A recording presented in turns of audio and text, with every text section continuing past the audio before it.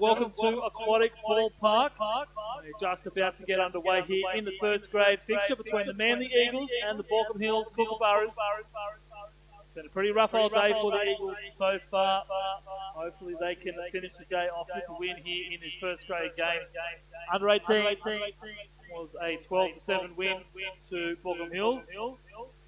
3-2 in favour of the Baulkham Hills in third grade, and a 5-0 shutout win on the back of some very good pitching by Mitchell Inskip for the Baulkham Hills side to get the victory there. So, Vaughan Harris starting for the Eagles will bring you the lineups for both teams. Starting off with the visitors, it's the Baulkham Hills side, and at centre field is Solomon Maguire. Jack Dormer in right field tonight. Matt Bennett is at first base. Stephen Courtney at third base. Riley Watson is in left field. Josh McEwen is at second base. Caleb Shepherd is a designated hitter, taking over from the role his brother filled on Wednesday night. Alex Ranieri is a catcher, and Luke Clapson is the 9-hole hitter. He's starting at shortstop. Zach Elvey is the starting pitcher for the Baulkham Hills side. And the Manly Eagles side brought to you by Raelius Group and Seventh Day Brewery. Yoshi Umazawa will lead things off. He's at second base. Tom Newbold. He's at third, batting in the 2-hole today. Aidan Torpy's at first base, batting in the 3-hole. Brad Van Dusen back in the lineup tonight. Gabriel Mateu in centre field. Josh Beasley in left field. Luke Brown in right field. Massa Endo doing the catching, and Kenny Nato at shortstop tonight. Vaughan Harris, as you see on the mound, and he starts with Solomon Maguire, 1 ball and 1 strike here to start this one.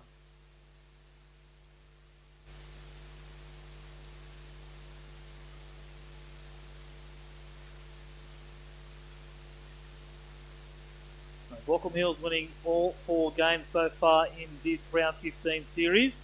And they're trying to avoid the sweep. They'll have plenty of work to do with this very strong Baulkham Hills lineup sitting currently on top of the first grade standings.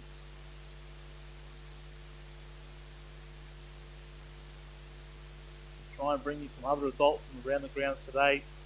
Round 15 of the New South Wales State League. Only 3 more weeks until the semi-finals begin. Of course, all the finals will be held at Blacktown International Sports Park. Manly so far looking like they'll have at least one participant in the way of the second grade side. Despite today's loss, they still sit in the first spot. Now only 2 games ahead of Baulkham Hills. And 3 games to play. Pitch inside for 4-4 on Solomon Maguire. I'm going to bring up right-handed hitting right fielder Jack Dormer.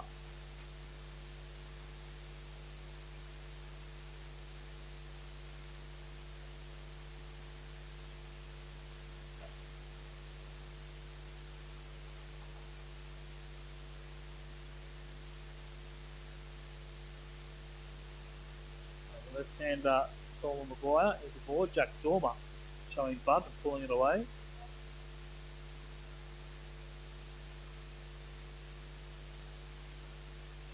And but the scorers didn't get the Baulkham Hills lineup in time, taking a bit of time to load it into Game Changer. If you are watching online, make sure you jump on Game Changer if you want to find out all the stats for these first grade teams. You find it at gamechanger.com. Look for Manly Eagles baseball or Baulkham Hills first grade. Manly Eagles State League first grade. See our tip there for Jack Dormer, 1 ball and 1 strike now.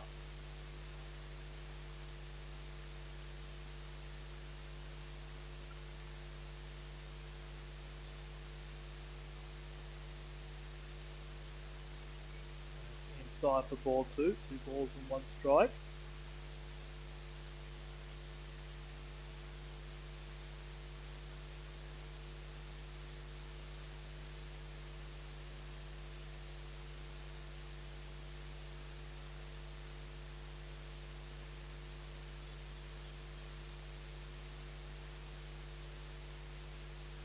Down in the dirt, strike 2 for Jack Dormer. So Vaughan Harris swing out of Dormer.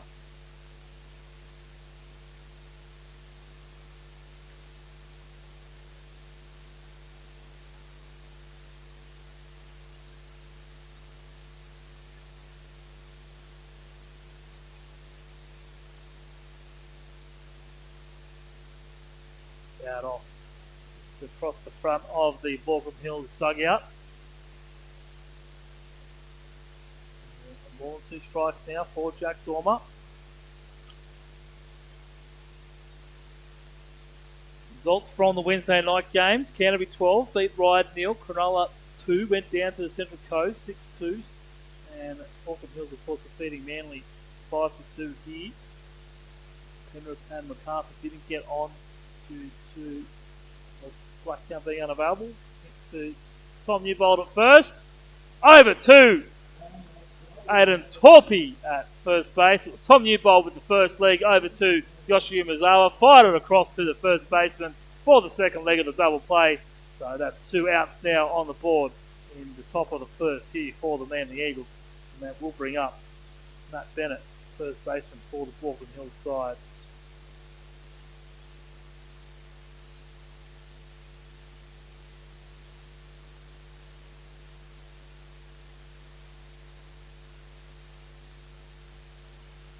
And now Matt Bennett facing Vaughan Harris. Starts him with a strike. Scores in second grade. Ryde 1, Canterbury 0 in the bottom of the third. See if that's the most recent score. Yep, and Cronulla 3 leads Central Coast 2. They're in the bottom of the fourth. They did start an hour later than we did, so that's why those games are still in action at this stage of the day. Matt Bennett lifts that one up, left side. And it will be the left fielder, Josh Beasley, to make the catch. So despite the lead-off walk, Manly get a double play to erase it, and then the fly ball in the left field. So after the top of the first, Manly Borko locked at 0-all. Yoshi Umezawa, Tom Newbold and Aidan Torpy to start the Manly offense.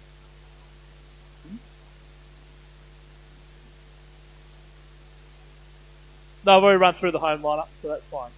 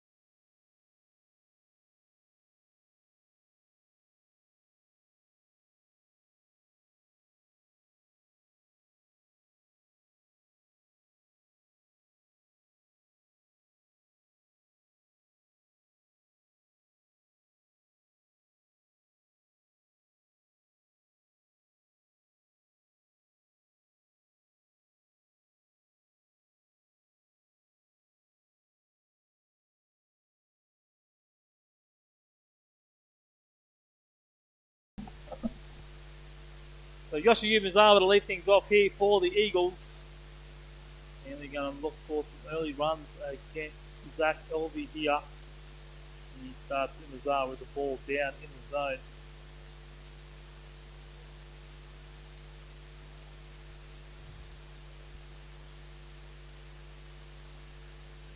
A ball hit to the second baseman. Over there. Josh McEwen makes the out over to first base, first out of the inning.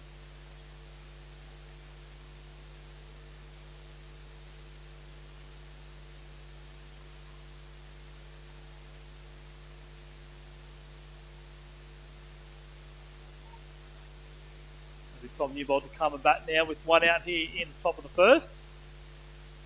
Bottom of the first. That's him, strike one.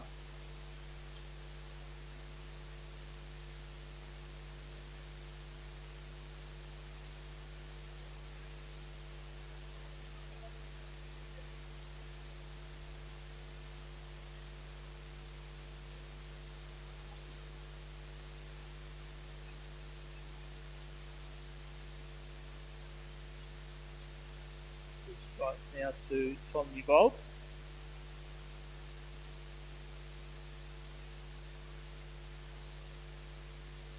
Straight back up the middle. That'll be a single, and the first runner aboard here for the Eagles. Tom Newbold showing us how it's done. Going straight back up the middle for a single. And the Eagles are going to have a runner on to start this game.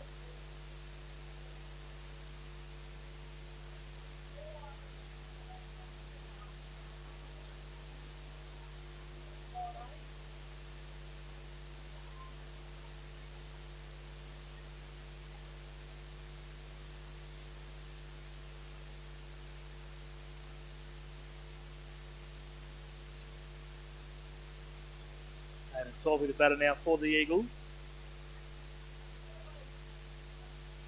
Takes 4-1 down.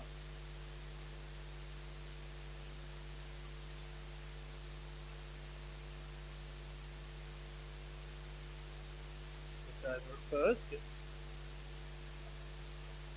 Tom Newbold back down on his stomach, back into the base.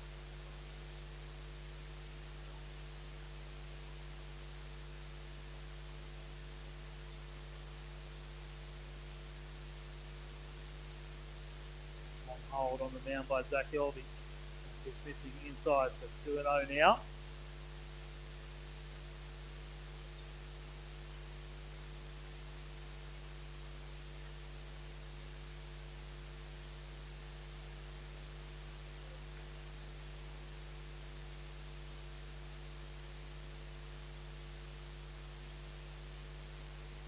Going off the 2-0 pitch right into the back screen. The strike now.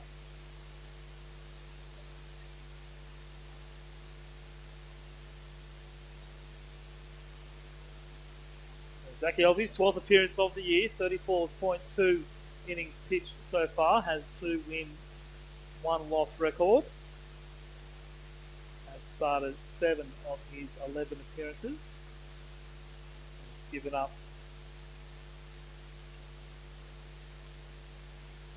7 runs, 9 earned on 27 hits. As probably missed that one into the corner, long run for Jack Dormer out there. Good heads up base running by Tom Newbold.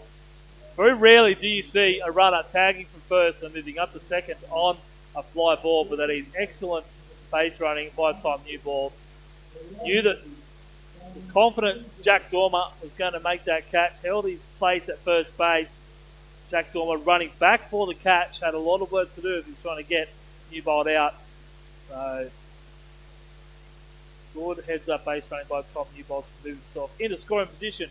He's going to bring up Rodney Van Buren in the bat here for the Eagles. He's back on Zach Elvey. He's given up 27 hits through his 34 2/3 inning of work, struck out 23, walked 22, and hit 1 batter. Given up 27 hits at a very, very handy 1.81 ERA. Rod Van Buren posts that one over to the first baseman. Matt Bennett scoops it up, stands on the base, and that finishes the first inning here at Aquatic on the Pro Car Automotive scoreboard. It's Baulkham Hills 0 and the Eagles 0.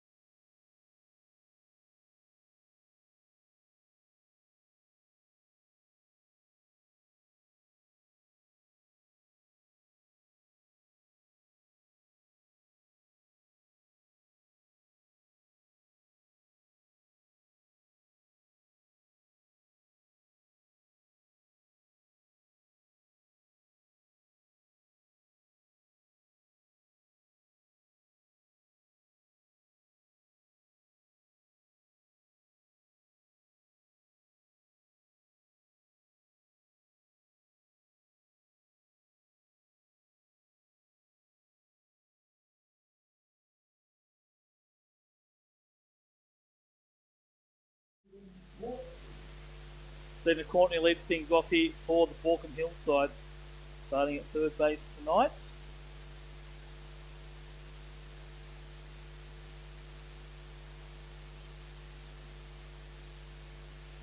Vaughan Harris on the mound for his second inning of work tonight.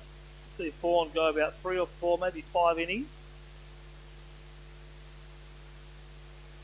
depending on how well Borco control him or maintain him. Handle him, maybe, the right word I'm looking for. That pitch swung on a miss by Courtney, 1 ball on 1 strike.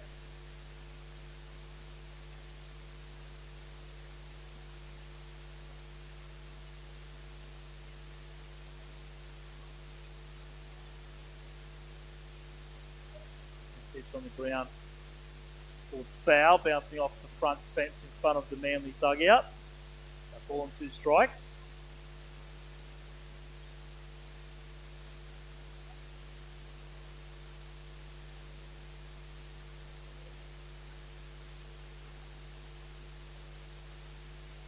Ball punch into right field. Long run for Luke Brown. Is going to get down for a base hit. No, it's just foul. Signalled by Jeff Pettit.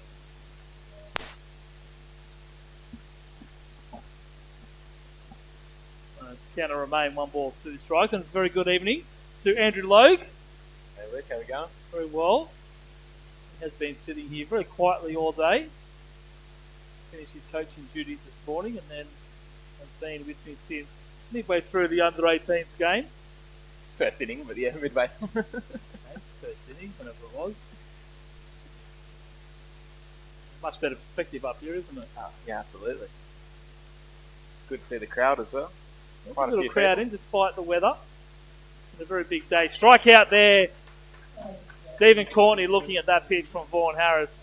And that's the first out here in the top of the second. Big game for you guys tomorrow, mate. Yeah, second versus third in the minor league. Mets versus Redbacks. Should be an easy win for the Mets, I think. But the Renegades defeating the Manly Futures side early today, 4-1. I did hear that Ruben Chippick was on the mound for that one. Pitch into right field, not a lot that can be done. Luke Brown comes up firing, offline throw to first base, but well backed up by Massa Endo, trying to do a Nick Chappell as we saw in the second grade game, throwing out Ash Roberts at first base. But good aggression shown there by Luke Brown, just a little bit wayward with the throw, not able to get it to Adam Torpy in time. I think Josh McEwen may have even beaten it out in time. 4-1, a pretty decent result. Very respectable result from the Futures side. This is Caleb Shepherd. It doesn't look like Caleb Shepherd. Ball down third base side. Yep, that's a very old looking Caleb Shepherd. If it is, we'll see what the change is.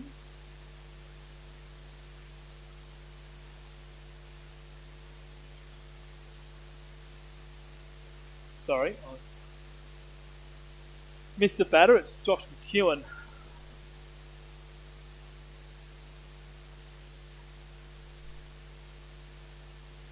Josh McEwen now.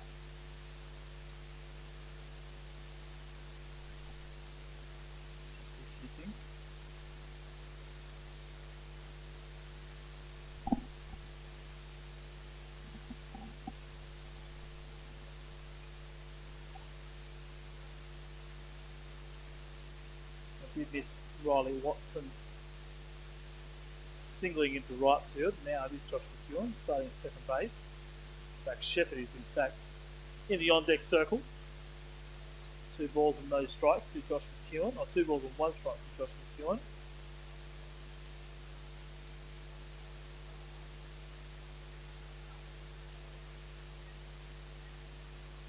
Vaughan Harris, runner in Watson. First base, big swing and miss by McEwen. 2 balls and 2 strikes now.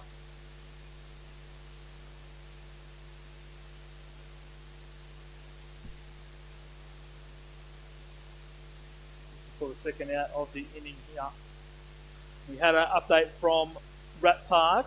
Controversial circumstances down there. But that game not getting through the first hour.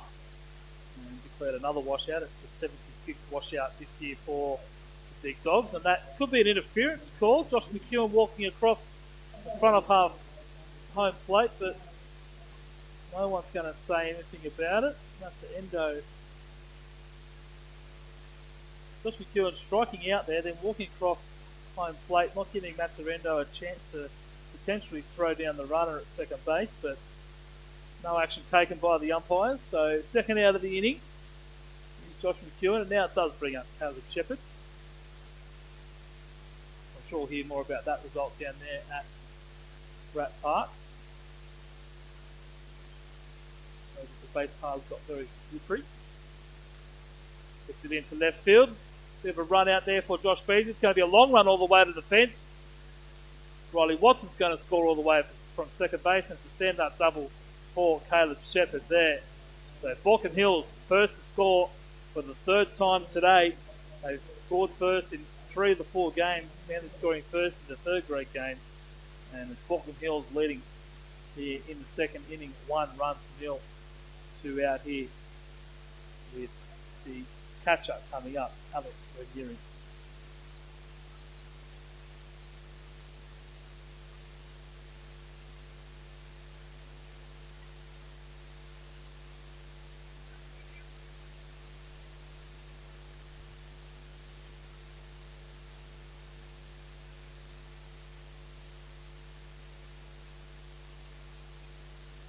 Vaughan Harris hoping just to limit things to the 1 run. The ball's getting away from that's the endo, not quite all the way to the fence, just to the end of the logo behind home plate.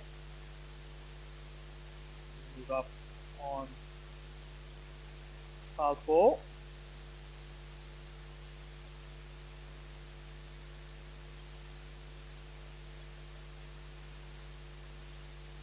And they're also looking to break their Saturday at night duck here at Aquatic. Haven't won a game under lights since moving to Saturday games. Unfortunately, all their wins coming on the road this year. The first of them against this Baulkham Hill side earlier in the season.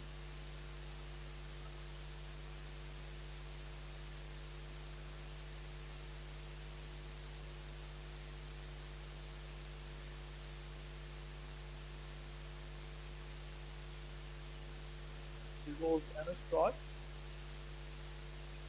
2 balls and no strikes. Picks it up into centre field. Gabriel Mateo will run it down as the base hit to Alex Ranieri. Catcher driving in the second run of this game.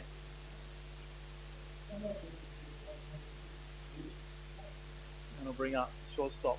So Clapson.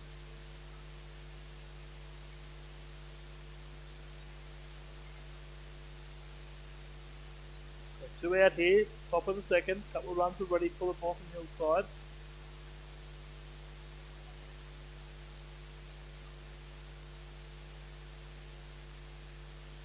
Pitch in there for strike 1.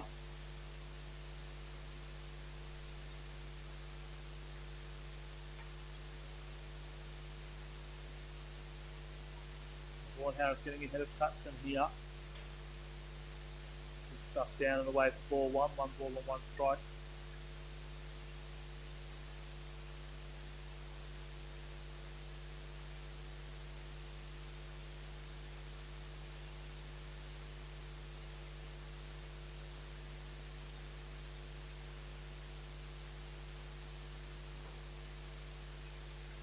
Pulls that ball down to the third baseman, Tom Newbold. Not able to get it in the glove despite the diving effort. Cleaned up by Josh Beasley out in left field. Fires the ball back into Newbold at third base, and it is going to be a double there to Luke Clapson. So back to back doubles. And it turns the lineup over for the Baulkham Hills leadoff hitter, Solomon Maguire.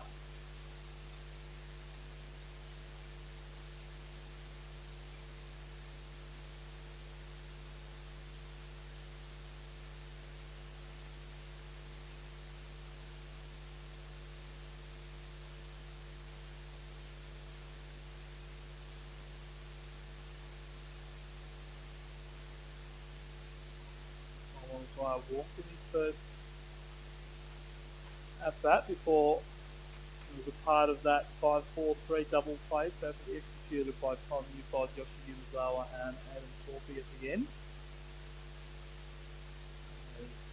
Warren Harris looking for a ground ball out here, or a strikeout, whichever way it comes. Take a fly ball.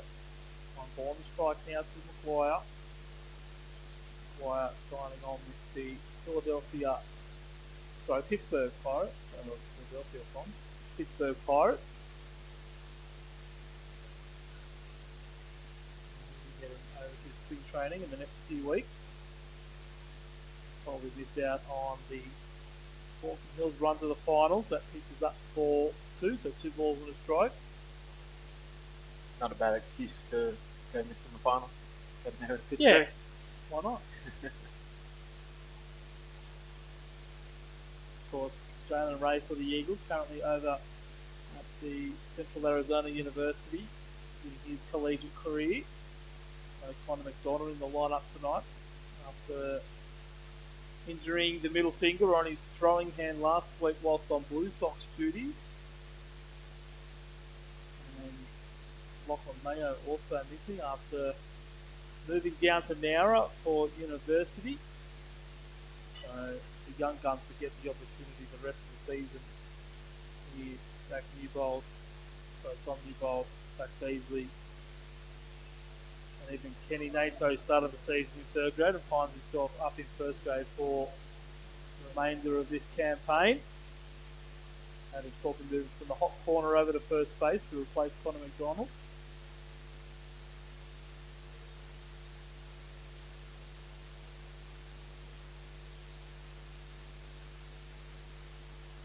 The bases loaded now, and it's going to be Jack Dormer to hit for the Baulkham Hills side.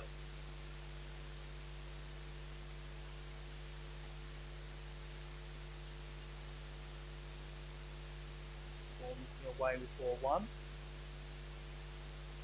Next Neary stands on third. Lee Clapton at second. Solomon Maguire first after the walk.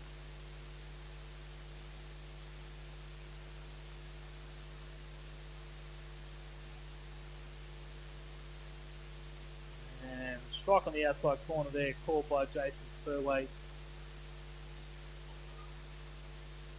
I think I said who the umpires were. So we'll now, Jason Spurway behind the plate, and Jeff Caddis in the field, swapping positions from 2nd grade.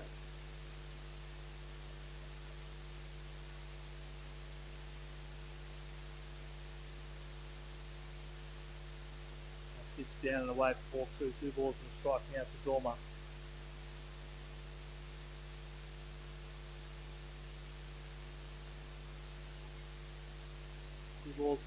2 runs on 4 hits for the Baulkham Hills side. Manly with the 1 hit so far in their only inning of offence. Baulkham Hills looking to add to their run tally here. Fouled off. Back to the screen. Jimmy Miller pops out the dugout to chase it down. 2-2 now. Well, now it's a pitch away from getting out of his 2nd inning jam.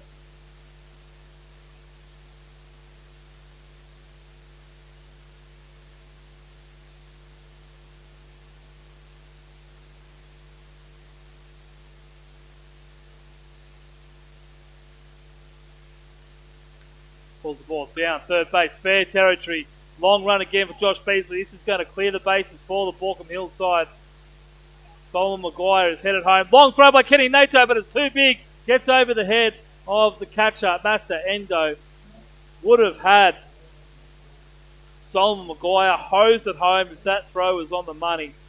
But he threw it in a little bit of a rush and not able to get the play at home. So it's going to be a double to Jack Dormer, and then moving up on the throw into home. And another 3 runs on the scoreboard for the Baulkham Hills side. It's now 5-0. Baulkham Hills over Manly, and it's going to have Master Endo and manager Chris Corey conversation on the mound. Chris Corey in charge of the side today, with Brian Murphy away on Blue Sox duties. And talking of Brian Murphy, his young son Zach is up in the bullpen, warming up.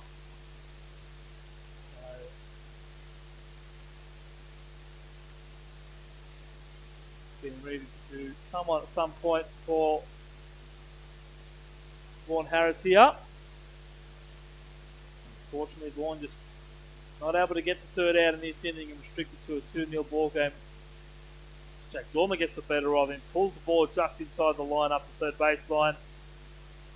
And a long run for Josh Beasley out there in left field. And a good throw into Kenny Nato, but Kenny Nato just unable to fire the ball home. Get Solomon Maguire would have been a very close play at home, but I reckon it would have been out.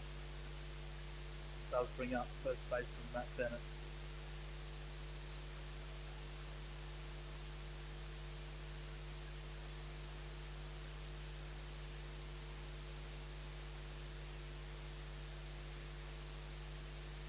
It's away for ball 2, so 2 balls and no strikes.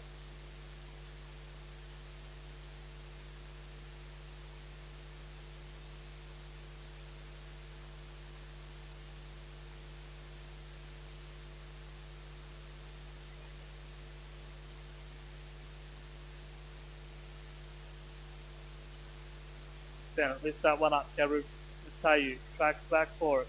Underneath it, makes a catch, and that is the third out in the inning. Baulkham Hills with a big 5-run second inning here. They've taken a very handy lead early in this game as we head to the bottom of the first. We'll have Gabriel Mateo, Josh Beasley, and Luke Brown to bat when we return.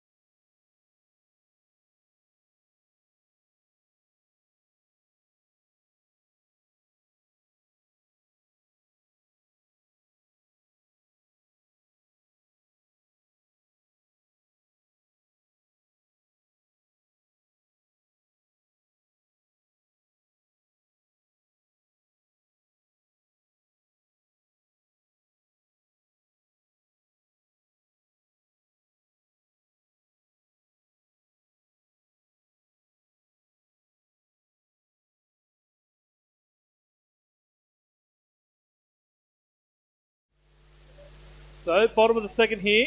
Baulkham Hills with a very handy 5-0 lead early. And look at that. There's a bit of sun just pushing its way through the clouds for the first time today. And Gabriel Mateu loops one into right field. Fair hit as signaled by Jeff Pettit out there. And Gabriel Mateu continues his little hot streak. He hits up another hit. And he gets the board here to start the bottom of the second. Manly trailing 5-0, but plenty of opportunity for them. The whole 9 innings to get this done. And we'll bring up the left fielder, Josh Beasley. Ball's going in and out like crazy here. Once they get a little bit damp, it's getting thrown out, get dried up. The sun has pushed through the clouds for the first time today. It's almost too bright. It's almost too bright, that's right. The overcast conditions were perfect for calling up here in the box. Now we've got to adjust our eyes. Hopefully we don't have to adjust any of the cameras. No, they look alright. Looks like we're playing in the middle of the day. And it is, 6:30 now. Need some time. If you are watching online, make sure you say g'day. Let us know you're watching. If you've got any questions, send them through. We'll try and get them answered for you. If you are watching online, make sure you do jump on Game Change to follow all the stats. Of all the teams on there, swing and miss. Gabriel Mateo hosed, and he's going to be out. So, Josh Beasley swings at the higher pitch on the hit and run. Baulkham Hills had a feeling something was on, so they've pitched out. They've either pitched out or they've just missed the zone on the pitch. And Gabriel Mateo unlucky to be thrown out at first there. Work by the catcher Alex Ranieri. 2 strikes now for Josh Beasley. Did his best to get in the way of the catcher, but just couldn't do enough. Just down in the dirt away in the zone. Make sure you have joined us on social media on Facebook and Instagram at Manly Eagles Baseball. You can find out all the latest news and events. We do have the presentation afternoon coming up on the 10th of April. All those details will be out very soon. It's going to be something a little bit different this year. One, because of COVID, 2, because, well, why not? So stay tuned to find out what's happening on there. You'll find out exclusively on Facebook and Instagram at Manly Eagles Baseball. Make sure if you are watching the stream, make sure you subscribe to the channel. If you like this game, you'll find all the games from the last 2 seasons, last year and this year, on the channel.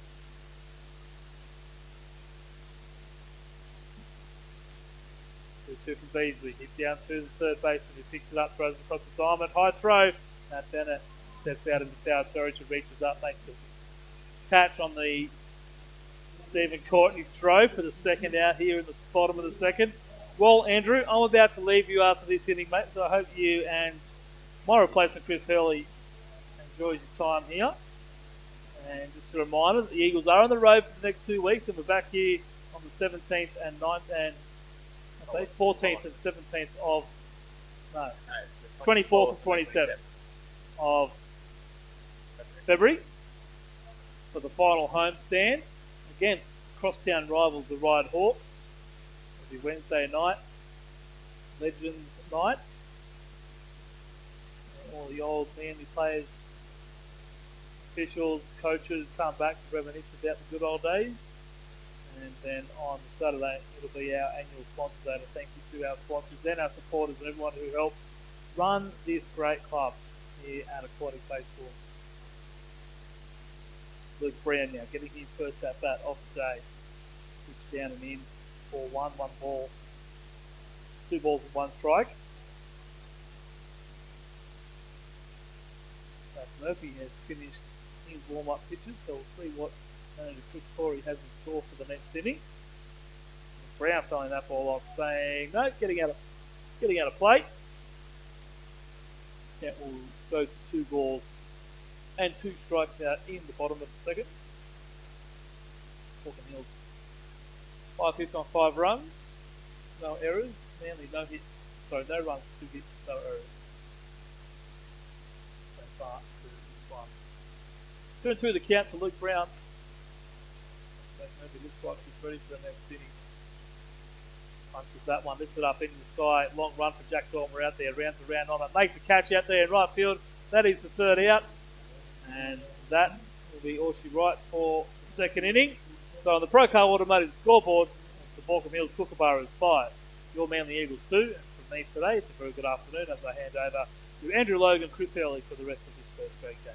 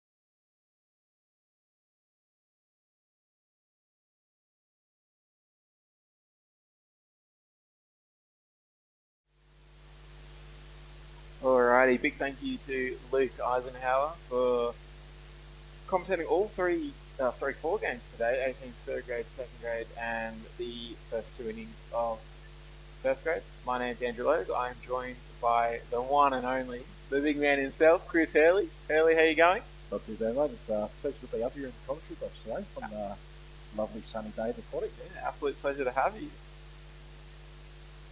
It is the top of the third inning. Baulkham Hills lead 5-0. Vaughan Harris remains on the mount for the time being, looking to shake off the last inning and come out strong and give Manly a bit of momentum going into the bottom of the third. Apple hit along third base. Easy play from Tom Newbold to Aiden Torpy. That's definitely what the Manly Eagles needed, that early in the innings to hopefully get the ball rolling again for them. Absolutely. Hurley, as I've got you here, we've got to talk about third grade. We've got to talk about that game. Unfortunately, going down 4-2, I believe the result was the third. 3-2. 3-2, sorry. Score. Yeah, a bit of a shame, but not much to do, unfortunately, with a bit of a rain delay that came through early in the game. Yeah, it was put the game on hold for about 25 minutes or so. Yeah, it did. I think it did hamper our chances just a little bit. We did have the ball rolling pretty well, and brought the game to a bit of a standstill. So trying to pick up that momentum again was a bit hard, but we kept them fighting in the end. And on an individual level, Hurley, how did you get? Yeah, not too bad. Nice double, stand-up double to centre field. And, mate, it was better than nice. It was a great hit over centre field's head. Oh, mate, I can't be too biased for myself, so I'll leave that to. I'll be biased for you. Don't worry. I appreciate that. What about your second at that? Reach first on the error, so. And then reached second on the error as well in the same fight. Pass throw into unfortunately the Baulkham Hills dugout for them, but fortunate for us. So that was the end of my game. Diego Yamaguchi coming in to replace you. Yeah, Diego come in the pinch run and did well, but just unfortunately couldn't get across the line in the end. It was a bit of a shame. And then after that, second grade also going down 5-0, I believe that's going to finish. 5-0, yeah, if I recall correct. So, fortunately, boys all day have been in it, but just a few costly errors at a few stages of the game. Unfortunately, let Baulkham run away with the game a little bit. So, but we have kept the fight there, especially for third grade. I think Baulkham is top of the table in third grade. I could be wrong. Take your word for it. So, ball hit to Kenny Nato at shortstop, fumbles it. Can he make the play? No, he cannot. Unfortunately, runner just beating out the throw. I imagine the field is a bit wobbly. You might be able to tell on the cameras that the dirt's a bit torn up. Of course, with that rain delay earlier, hasn't helped the run of the ball. Kenny Nato just struggling to field that one. Yeah, there's definitely a bit of dew out there on the infield and getting the outfield as well, which does slow the ball down a little bit more. It does give the runners a bit more advantage to get to first base. Whereas we mentioned before, the sun has come out for the first time today. That ball was fouled off to the right side. So perhaps the grass might ever so slightly dry up a bit over the next few innings, and we could see a normal run of the ball going forward. Counts 0-1.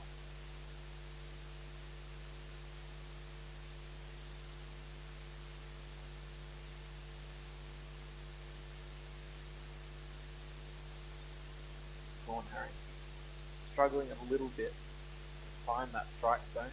Seems to just be missing by my eyes anyway. Of course, I'm not sure if we mentioned before, but with the rain earlier, we have to set up slightly different today. So we're up in the clubhouse in the grandstand.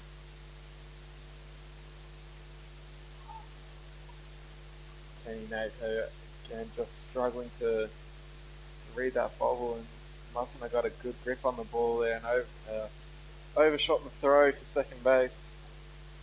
He won't be too happy with himself there. 2 mistakes in a row. He'll definitely be wanting to turn that off. Of course, replacing Jalen Ray at shortstop, as Jalen is now over in Central Arizona for his college tenure.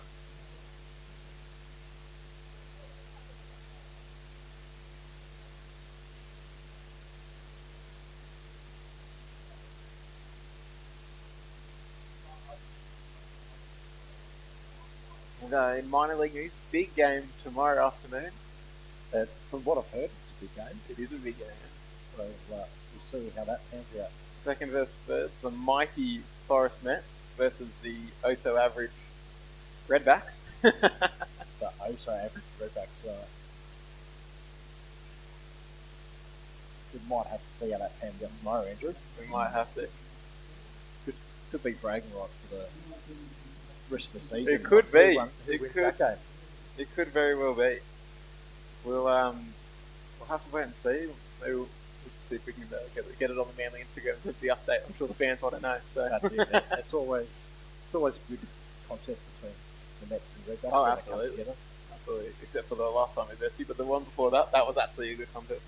Unfortunately, I wasn't there for that one. I was away from the most recent one. Or the last game was played against. Yeah, you guys romped us. Before I was away. Yeah, you romped us 13-1, I think. So I've had so far one win over you. Hopefully I can get another one tomorrow. We'll see what happens. See what happens. Here you're a bit short of players, so maybe things will turn our way. We'll see how we go, but it should be a good game nonetheless. Exactly.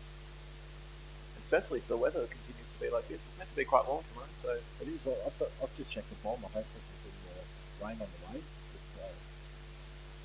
I'm guessing time will tell how that pans out. Hopefully no rain overnight or anything either. And make sure these fields dry up and they're all good to go for tomorrow. Otherwise it could be everyone shoveling the races before the game. For the home team. We'll see. That ball is fouled off. The count now 1-2. 2 out, so ground ball will end it.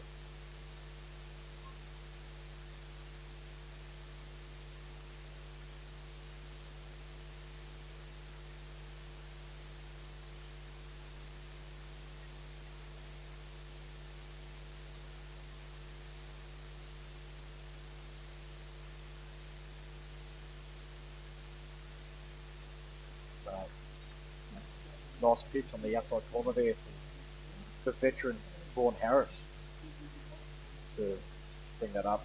The last out for the Manly Eagles there. So we go to the bottom of the third. Score remains 5.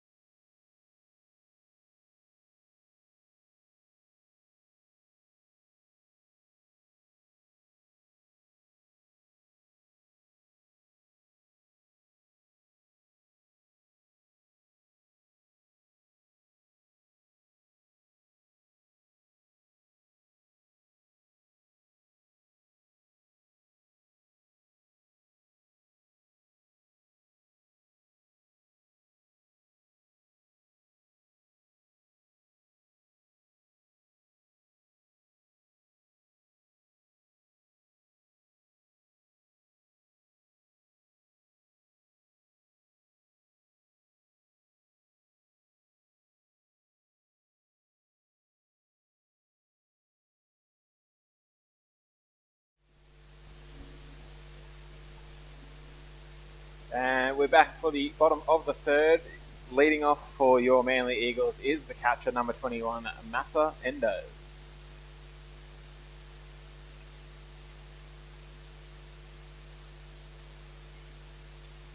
I have just seen Andrew. That does look like a bit of action in the Eagles bullpen. Looks like young Zach Murphy in there warming up. Yeah, the young So lefty. we might see a change on the mound for the Eagles at the end of this. Vaughan usually goes for about 3 or 4, depending on how well he's been throwing. That's it. So I wouldn't be surprised to see a change at all. Zach Murphy didn't was sit on the bench for first grade on Wednesday night, but didn't get the nod.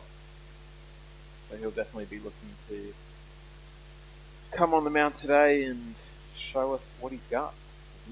He was due in, but of course we just run out of time a little bit. There you see Massa Endo taking a hit by pitch on the inside corner, moves him down at first base.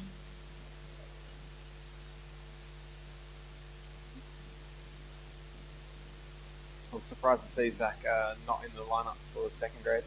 Obviously, they're keeping him fresh to come on the mound today. Looks like Manly might be short, maybe a couple of pitches.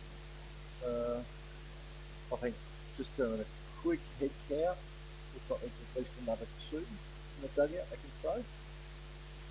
So we'll see what happens there. That's a strike on the outside corner against Kenny Nato. Ken Nato will definitely be looking to turn things around for himself with the bat in his hand this time. We'll see a couple errors made in the top of the third at shortstop, so he'll definitely be looking to bounce back strong here and give Manly just a bit of a push to get this game going and get back into it. Hopefully he starts the ball rolling for the Eagles.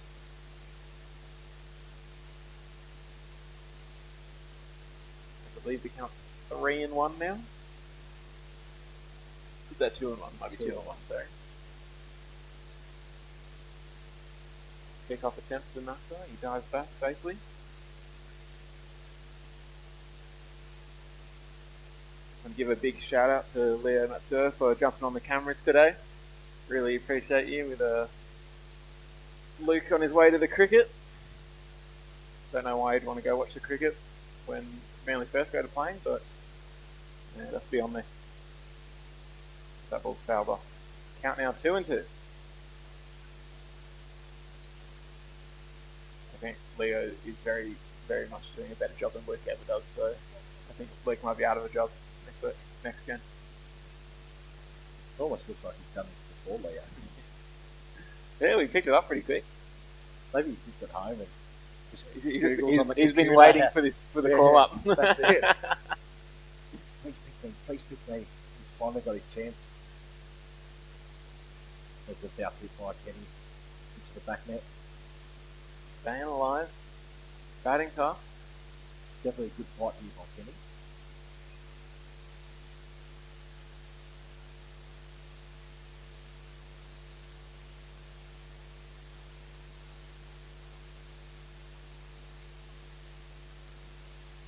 Just called low and away for ball 3. Fills up the count. Only none out. Massa Endo on first. Manly in a good spot here. And Kenny fouls that one again. Definitely staying alive in here. That's what we like to see. It's a few too many standing strikeouts in third and second grade, I must say. Not from you, of course, Hurley, but probably one of my better games of the season, finally. Yeah. Yeah, let's say we had quite a few bad games, and that brings you close to that one good game. That was today. Finally, hooray. Hopefully you'll be able to carry that into next week's game. We'll see, yeah. See how we go against Canterbury next week, I think it is. Canterbury down at Riverside. Lovely drive for you Saturday morning. It's not too bad of a drive.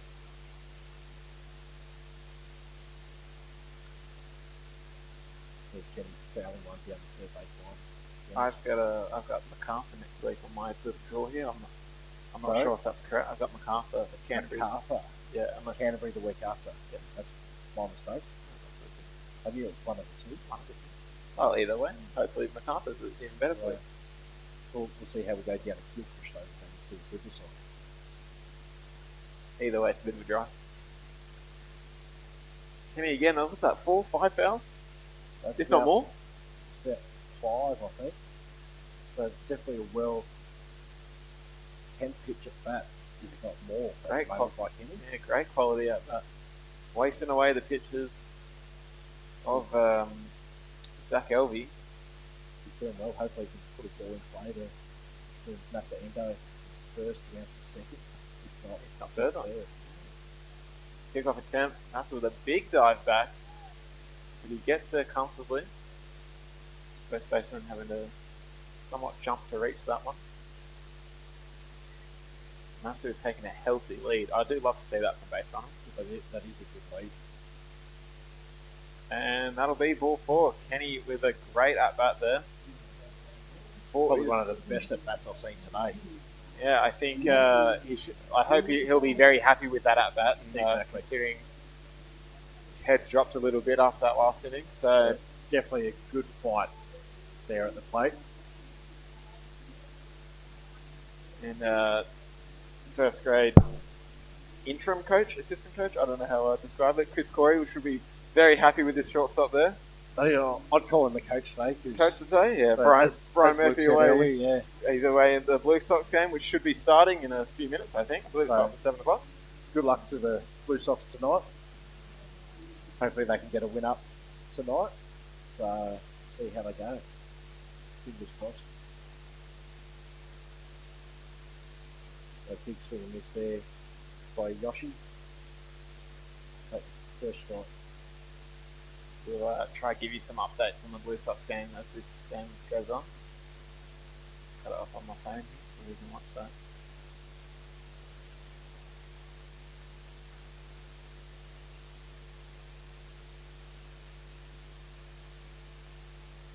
Massa again getting a very healthy lead at second base.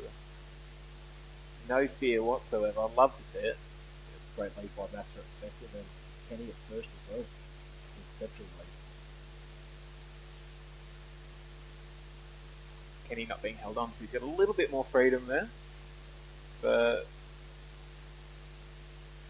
Massa obviously not being held on exactly, but you never know with some crafty shortstops and second baseman. Could be a kick-off at any time. As Yoshi Umezawa fouls that one off for strike 1. And 1 ball. Sorry, 1 and 2. 1 and 2. Must be something about putting on the headset that you just can't follow the count. That's it. Definitely got to concentrate a lot more. Ball in the dirt there. Massa will advance, as will Yoshi. Just the 90 feet dash for both of them. Evens count at 2 and 2. 2 runners in scoring position now. Yoshi Nizama would love a solid hit into the outfield here to definitely get Massa home and potentially get Kenny home. I think Kenny's pretty quick, if I remember correctly. So, wouldn't put it past him to be sent home on a good hit. He does have an alright set of wheels on him when he wants to be, just like anyone, I suppose. Hard hit to shortstop that will score the run, but Yoshi Mizawa unfortunately not being able to beat that one out. And Kenny Nato not able to advance on the ball hit to shortstop. That will bring the score to 5-1 as the Eagles get on the board.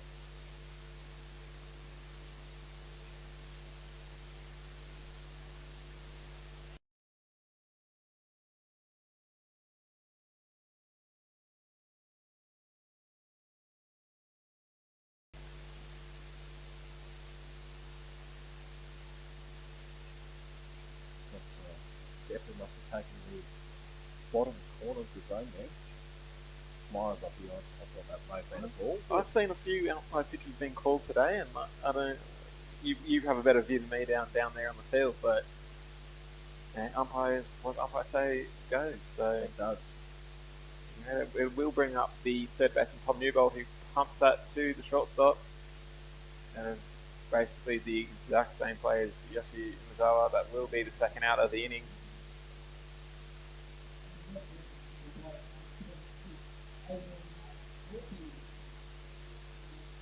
Number 26 now, the first baseman, Aiden Torpy.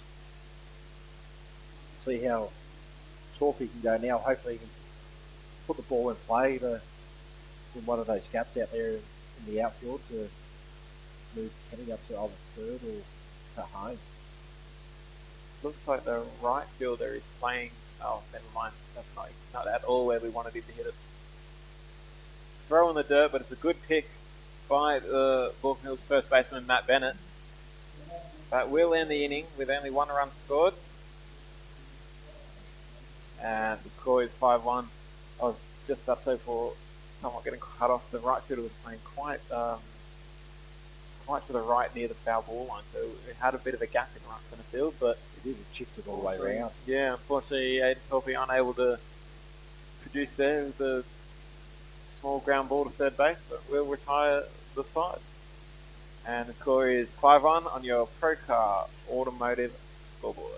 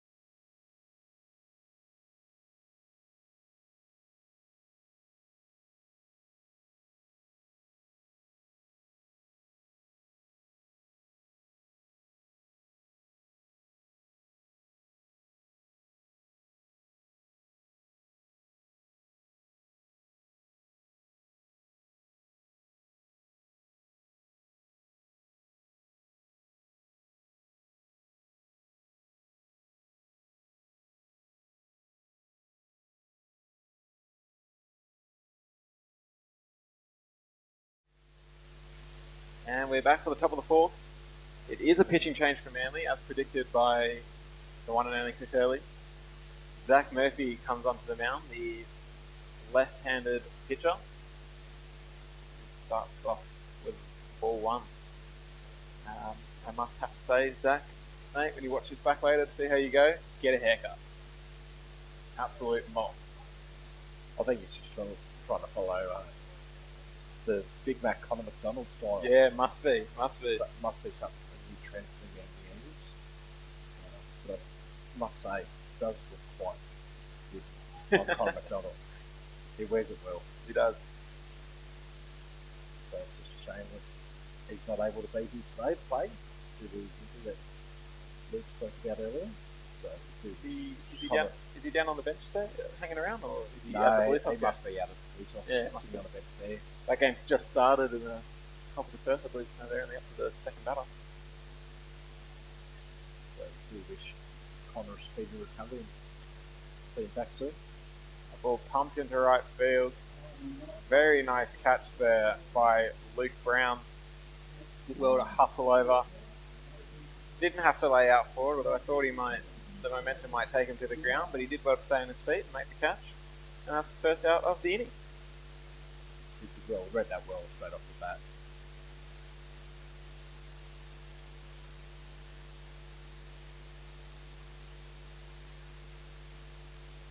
I think that out's just settled Zach's nerve just a little bit. So hopefully he should be able to find his rhythm right now and blast through. Great to see fastball straight down the pipe. Big swing and miss there. Yes, it was Caleb Shepherd, the DH, who was hitting before into right field there, Luke Brown's catch. And up now is number 13, the catcher, Alex Ranieri.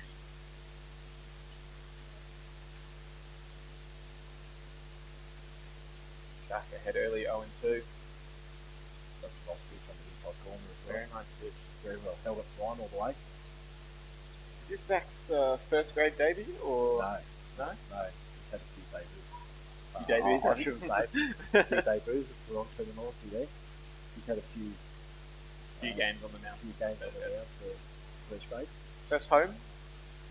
I wouldn't be able to tell you. Yeah, I'm not sure. I'd have to go back through all the videos throughout the season. Yeah, I'm trying to remember the first grade games I've been here for home. I don't recall him being on the mound, although there was one or two that I missed. So anyway, first time I'm seeing him pitch at first grade, so that's all that matters.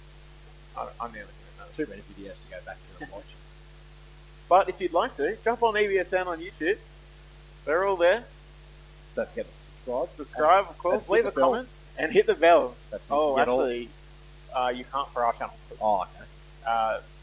There's a setting about kid-friendly or not kid-friendly. I can't remember which one it is, but...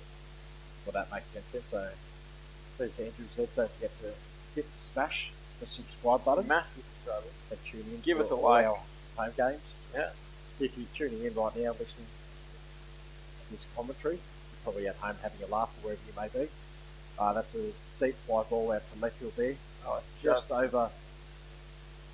Who's that? Josh Beasley. Josh Beasley, just out over his there for a stand-up double. Unfortunate for Zach getting ahead 0-2, then filling up the count. It's a nice pitch, but just not enough to be able to strike out Alex Ranieri there. So 1 out. Brings up the 9-hole hitter for Baulkham Hills in the shortstop Luke Clapson.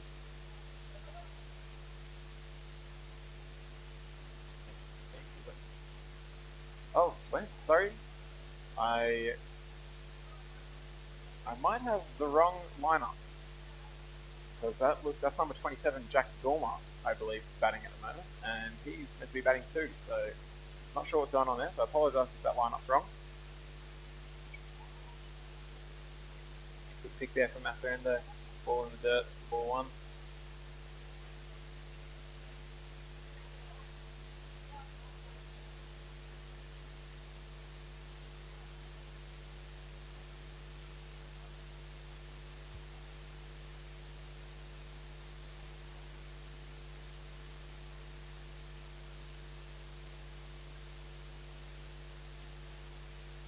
Outside for ball 2.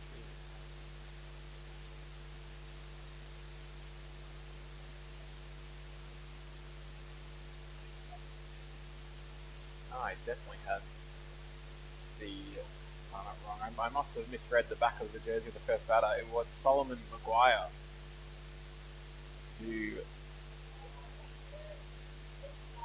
So it was Luke Clapson who started the inning with the strikeout. Oh, sorry, not the strikeout, the catch in right field. Then it was Solomon Maguire who had that hit in left field and got to second base. And that was Jack Dormer. It will bring up the first baseman, Matt Bennett, now. Apologies for that confusion. I was confusing myself. That's right, it's been a long day for you so far, Andrew, so mistakes are easily making it at this time of day, after being here all day. Yeah, it was early morning for me, coaching the Forest Giants in Little League Majors. Early morning for you as well, who come up and ended up field humping that game. I did. It's always good to get down and support the local juniors. What you can always pass on your wisdom and what knowledge that you know onto them and help them out as much as possible. I'm telling those kids to ignore your wisdom, mate. Yeah. Although after your hit today, maybe not. I'll tell you now, half the time I wouldn't trust my own knowledge, so that's got to be telling you something there. Let's lay down there. What's that? Great stop for you, like catching that end. 2 balls now. Runners on the corners. Matt Bennett.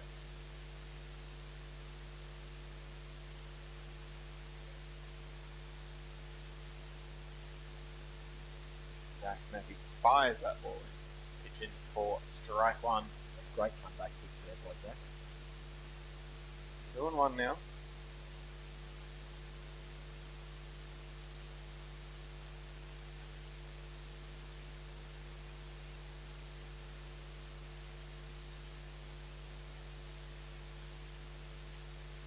The ball hit hard towards Kenny Nato at shortstop with a great play there by Kenny, sliding backhand to pick it up, makes the out at second base. That's what we like to see. He's bounced back very well since the last inning. Unfortunately, that does score a run for the Kookaburras, bring the score to 6-1. But it'll be 2 out now for Zach Murphy and the Manly Eagles. Ground ball should end it.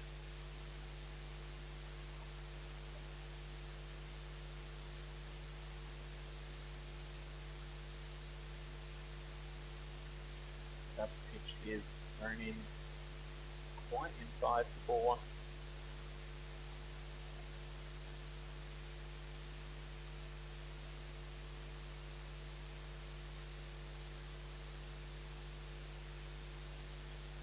And Zach finds strike 1. Count now 1-1. The sun still showing, which is great to see as it sets over the aquatic ballpark. It's always magnificent up here when the sun shines on aquatic, especially on the main diamond here. Yeah, absolutely. Wednesday night, especially if you tuned into that, you would have seen the lovely orange sky as the sun dropped for that Wednesday night game. Probably get that in the next hour or so, I reckon. There's something just relaxing about an orange sunset. Oh, absolutely.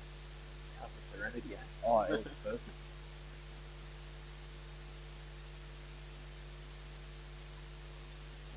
Zach Murphy almost getting Stephen Courtney, third baseman, to swing at that pitch. But he held back, so count now 2-2, 2 out.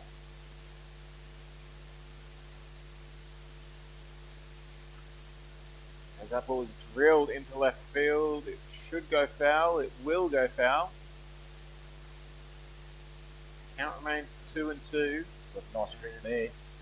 In the Blue Sox game. Melbourne already up 2-0.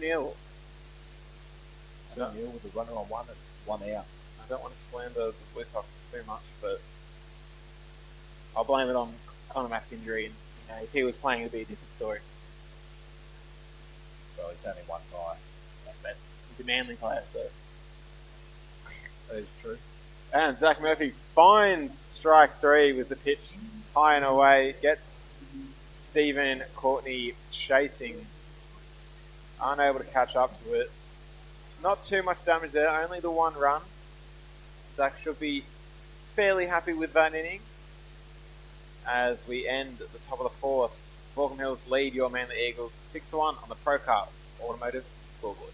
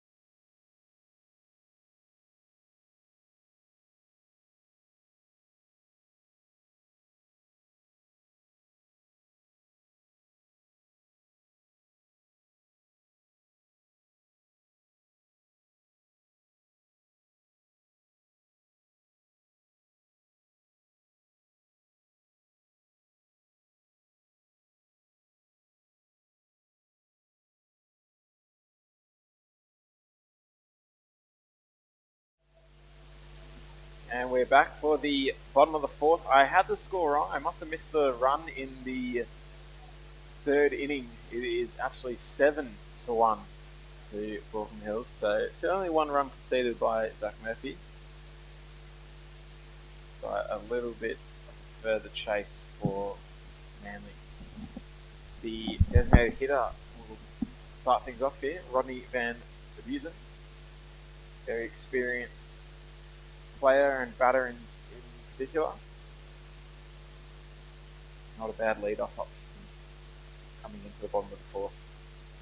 Brings a lot of knowledge to the Eagles side as well.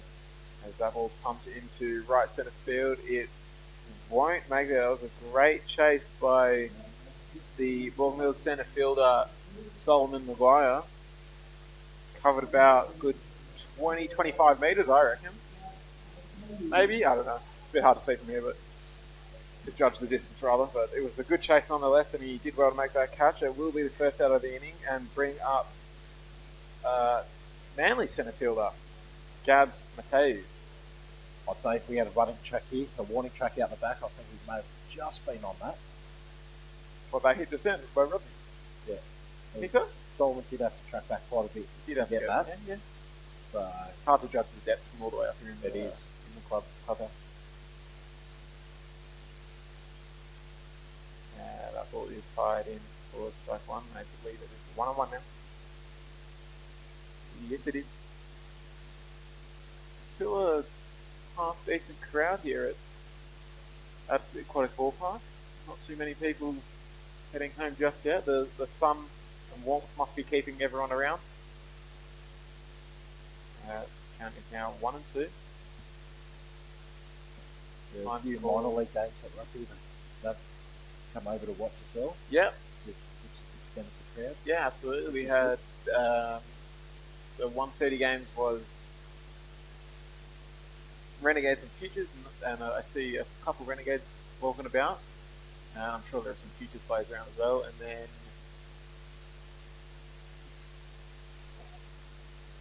in the second grade 4 o'clock games. So I just got confirmation in the second grade late game between the Redbacks and Mossman. It was a 18-6 win by the Redbacks. Unheard of. The Redbacks to be that good. What's going on? We might have to move a few of those second grade players up to our first grade squad. Yeah. Good call-ups, good promotions. Which I think we might have to as mothers. I think we may be 1 or 2 plays short. Okay, it's a hard ground ball to second base, well fielded, quite comfortably fielded by Josh McEwen, and easy throw to Matt Bennett at first base. That will be the second out, and it'll bring up the left fielder for your Manly Eagles in number 54, Josh Beasley. So that was the 4 o'clock game on A3, Redbacks versus Mosman, second grade, and then we had Seasiders versus Wizards, which I don't believe that game went ahead. The Wizards were incredibly short on numbers, and the game wasn't been able to play. So those are the minor league guys that are heading around, and that will retire the inning. Quick 3 up, 3 down. Manly need a very strong next 4 innings, or 5 innings, 5th, 6th, 7th, 8th, 9th, 5 innings, as we head into the top of the 5th.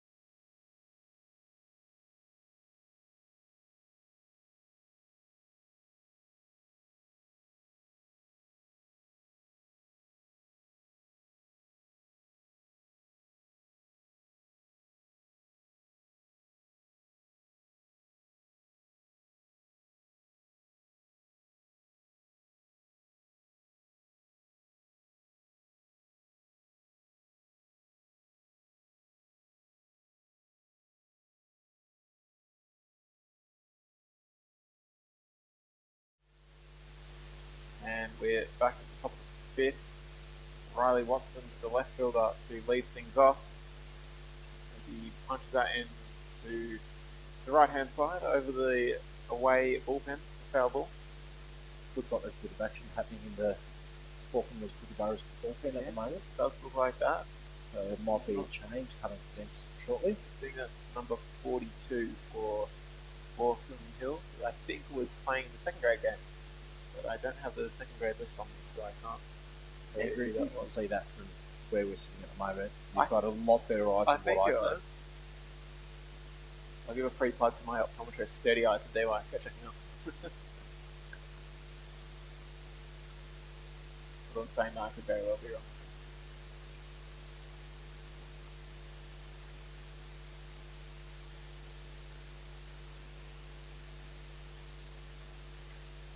Hard hit to Kenny Nato at shortstop. He's seen a lot of action today. No mistake this time. Gets the out 6-3 put out. First out of the inning will bring up number 25, Josh McEwen, second baseman. Kenny Nato definitely turned things around from his errors in the third inning. Mr. Haythwaite, how are we today? How's the arm, mate? Are you not a bit injured? Bit annoying. This is an absolute shame. Hard hit down to Newbold at third base with a strong throw from third to first. Tom Newbold comfortably fielding it. Strong throw to first base. And it was a great play, 5-3. That was Brendan Haythell. I was just talking to you off mic. He's played in the second grade today, coming into the game late to have a hit. I think he just had one at bat, pumped into right field for a catch, if I remember correctly. But yes, his shoulder's not great at the moment, or his arm's not great. I'm not too sure exactly what the issue is, but it didn't see him play in the field for second grade, nor are we seeing him today for first grade, although he may be sitting on the bench to come in later on.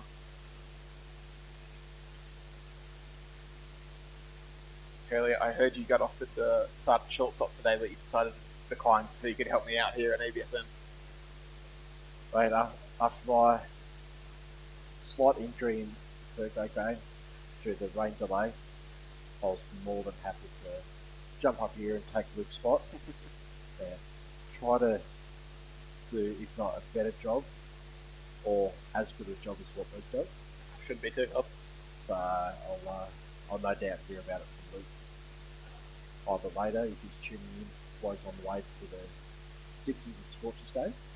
Let us know if you're watching at home how we're going, how Chris is going in his. Is this your debut commentary? It's my debut commentary. There you mate, go. So Commentary debut. it's definitely a pleasure to, as I said, be up here and be next to yourself, Andrew. Thanks, mate. Even though I was a little bit disappointed, so I did hear that your brother Benjamin was going to be here. He was meant to be here. And you know what? I will throw him under the bus. I know he's in Manly at the moment, having a night out, so That's definitely a poor form. not good enough. Absolutely not good enough. The older Mr. Lowe. I think it just proves that I'm the better load. I think we can all agree on that now. I think the count is now full. It's getting a little bit harder to see as the sun drops behind the trees, with the shadow being cast over the umpire. It's hard to see his hands from here, so that will be strike three though, and a quick 3 up, 3 down inning there for Zach Murphy. Some great pitching to end the top of the fifth. The score does remain 7-1.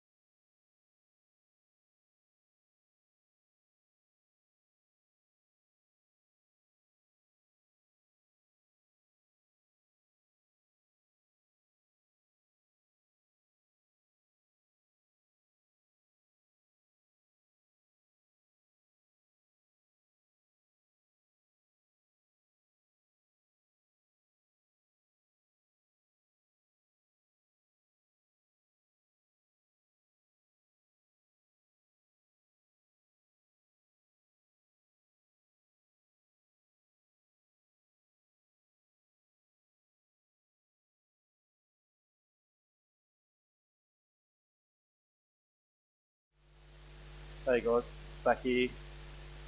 We've got a change on the mound now for Baulkham Hills number 42, Travis McDonald. So Luke Brown takes the first pitch low and inside. Really need to see some strong batting here from Manly. Quite frankly, it hasn't been good enough so far. It's the top of the fifth, so still plenty of baseball to be played. With a 6-run deficit, Manly will definitely be looking to grab some runs here in the bottom of the fifth. Count is now 2-1.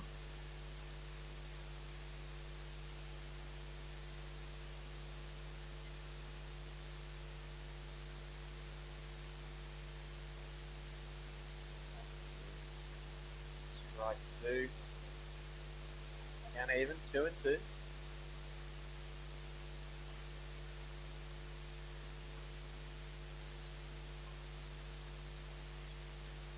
Brown, hard hit ball, shortstop.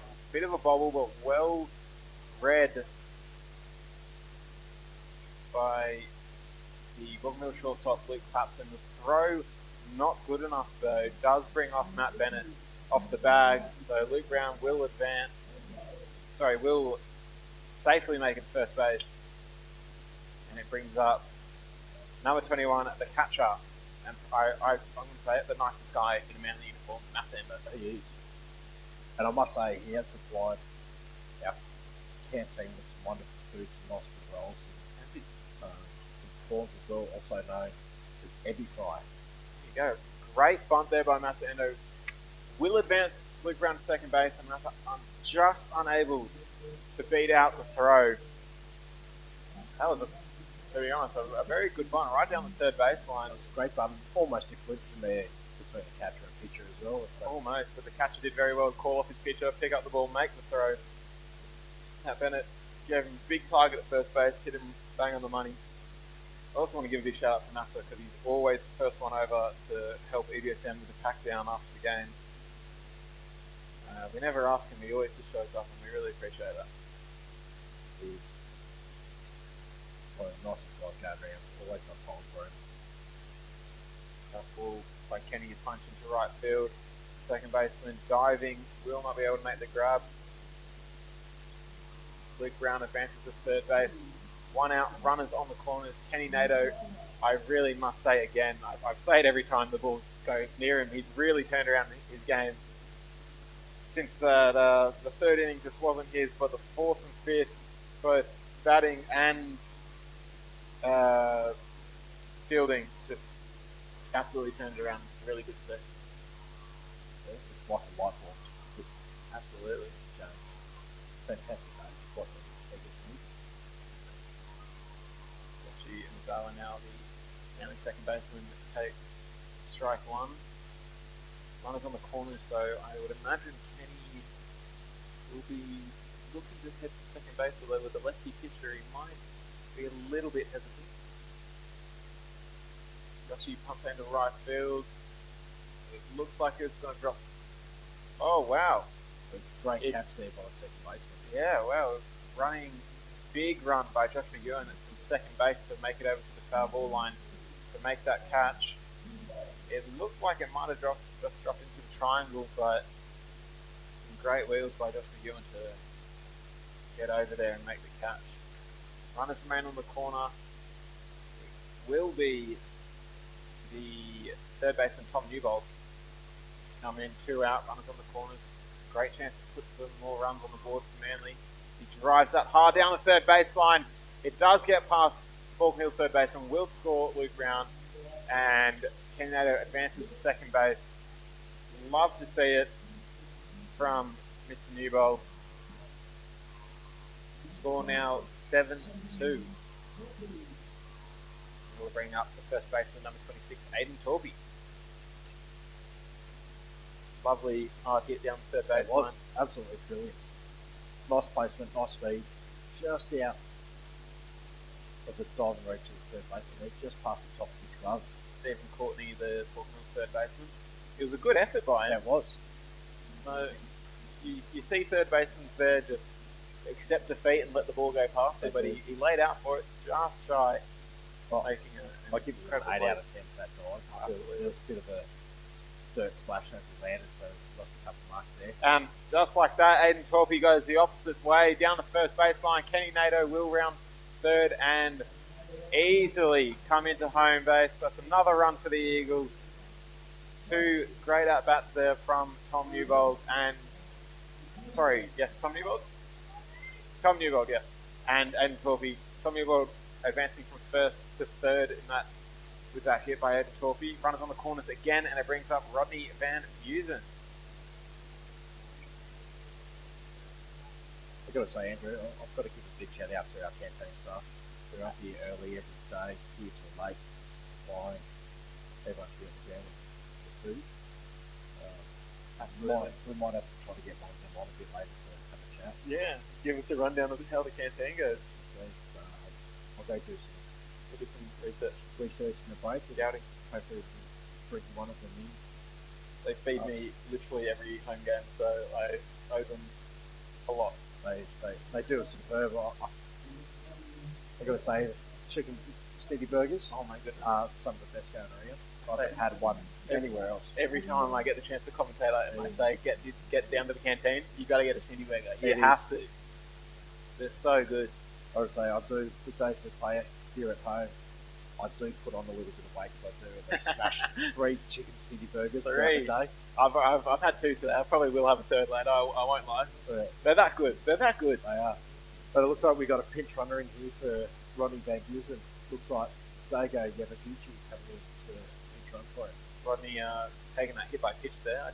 Although he doesn't look hurt. Perhaps Chris Corey has just decided that Dago is the quicker man on the bases and we need the speed at the moment. We'll bring up the centre fielder at number 11, Gabs Matei. Faces 1 ball so far.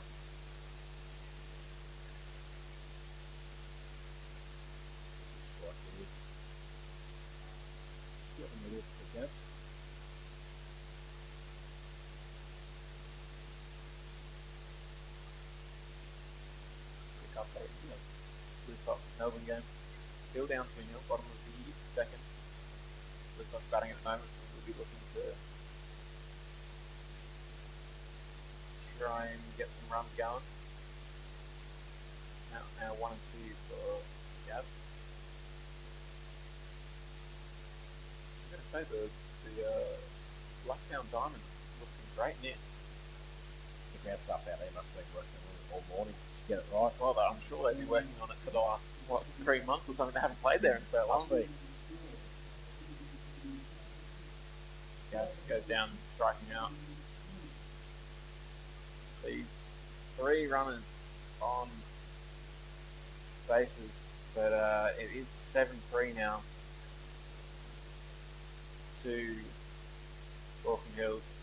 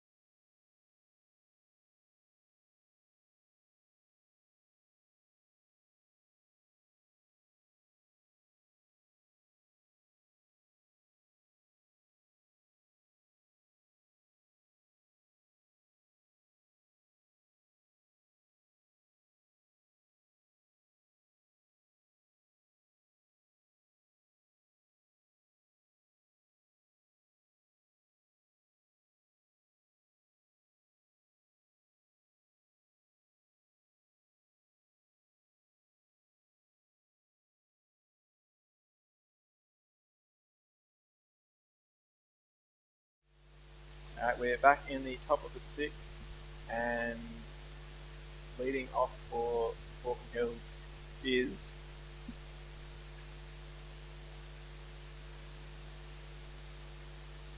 number...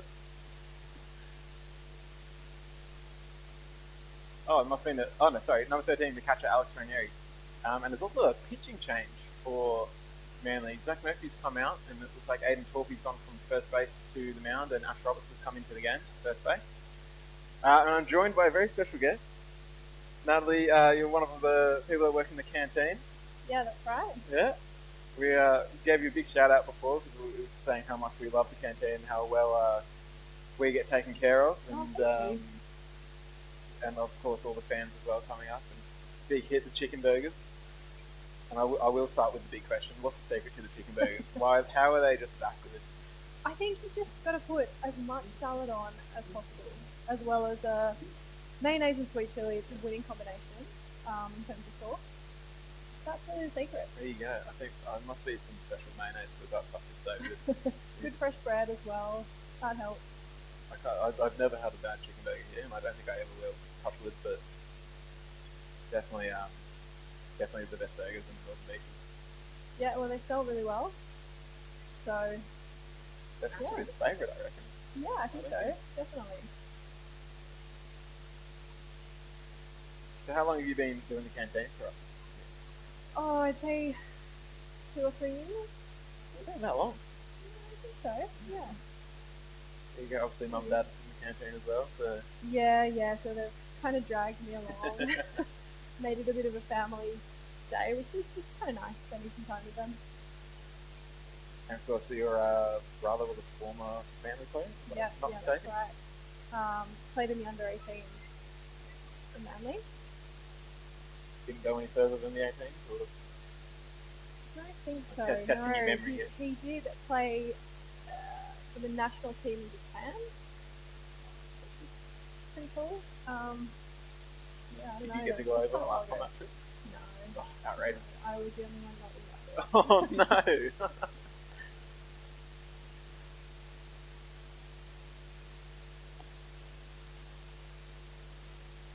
So you're up here every Wednesday and Saturday, or just about every Wednesday and Saturday? Yeah, usually.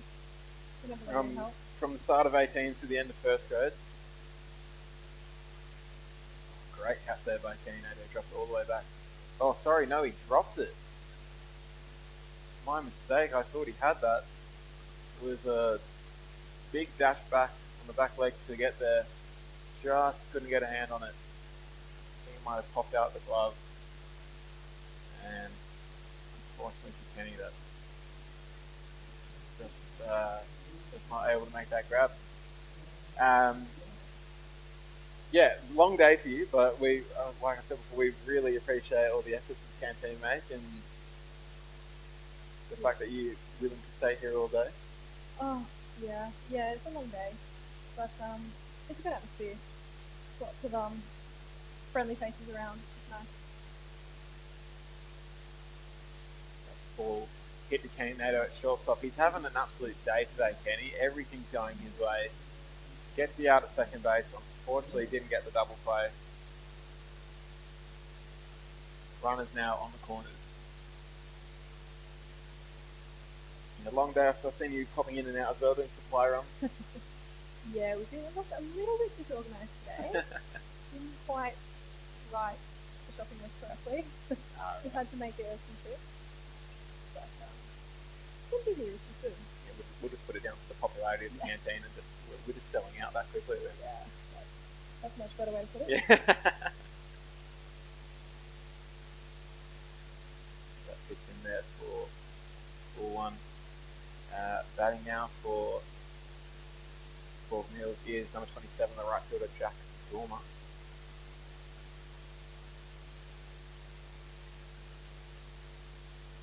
As you're up here every week and that, what do you reckon first grade needs to do to improve this game here? They're currently down 7-3. I reckon you've got the magic touch that'll let us know what they need to do better. I don't know, they can get some runs. Simple as that. Yeah. Simple as that. Just get some more runs. Why didn't I think of that? to be honest, it is literally simple as that. He scores some more runs. They would be hitting better, but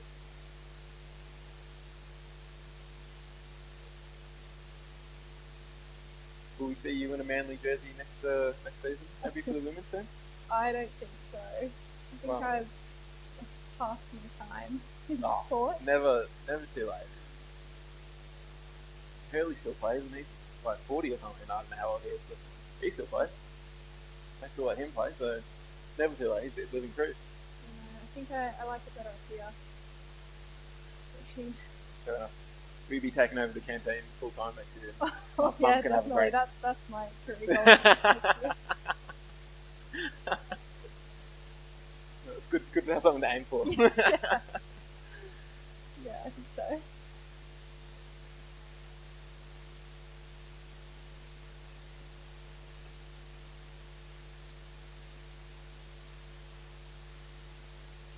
Count 2-1, I think. So about it.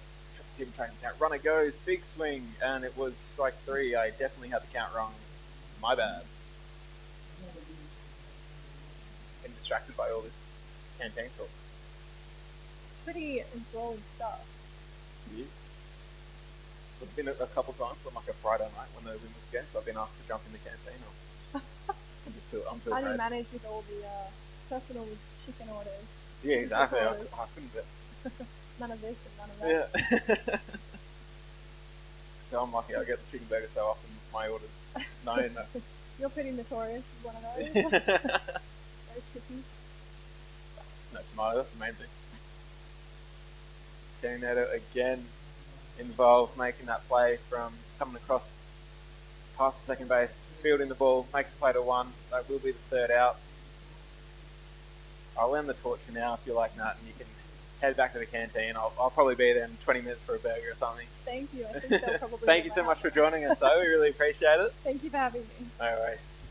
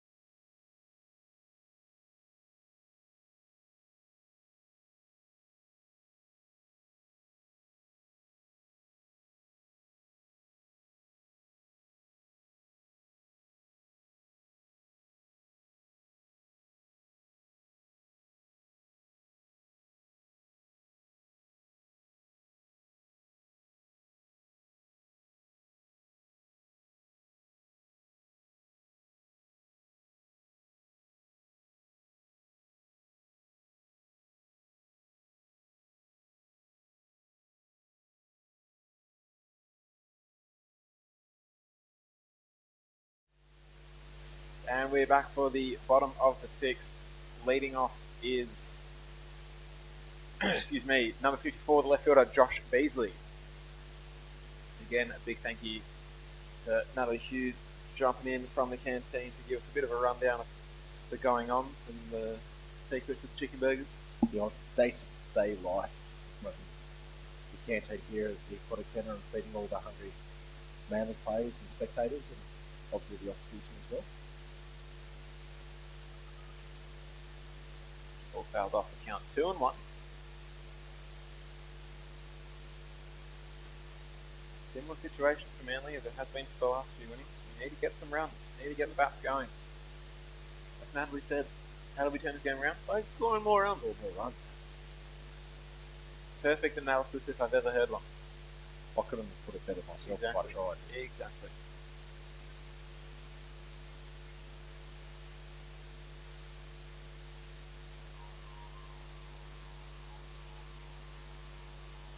update with the Blue Sox Melbourne game. It's the top of the third.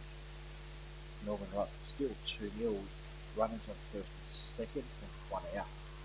Does look like there's a decent crowd there at Blue Sox Stadium tonight. Got a few friends down there. Shout out to Beasley, just a little easy hit to shortstop there for an easy catch. The first out of the inning. Yeah, a little shout out to Luke Dixon, Eric Horvath, and Shalid out there at Blacktown. If I've missed anyone that's out there, I apologise. You're the only ones that I know for fact are definitely there. So Scott Geordie, the assistant coach from Fleetway. there you go. He's out there today. tonight. Had this been a Manly away game and EBSN wasn't on, I myself would have gone out there. Tried to go earlier in the season, but unfortunately with all the COVID going on in Sydney, games getting moved and postponed and not being played at Blacktown, was a little bit frustrating, so I wasn't able to get down there. And then with our game tomorrow, can't head down for the Sunday game either. You and me both, Andrew. Yeah. Well, I think it's the 28th, the long weekend, but unfortunately, as you said, wasn't due to go over the game due to COVID, but we do wish the Blue Sox players all the best for this round and next on for playoffs, hopefully. Yeah, I think, and I could very well be misquoting here, but I think Blue Sox have just clinched a spot in the playoffs. I wouldn't be able to tell you. Well, Probably all depends on how the other teams have gone this round as well. Yeah, right. That Facebook thing that you added me to said that they clinched it, so I'm not sure Okay. how reliable that is or not. Oh. It seems a bit weird to say they've clinched it when they haven't. I feel like they haven't played as many games as other teams, but Well, they've done well there. And there's a strike one for Massa on the outside corner of the plate there. Blue Sox will definitely need to improve going into that playoff series. Another ball there from Massando sends the count to 1-1.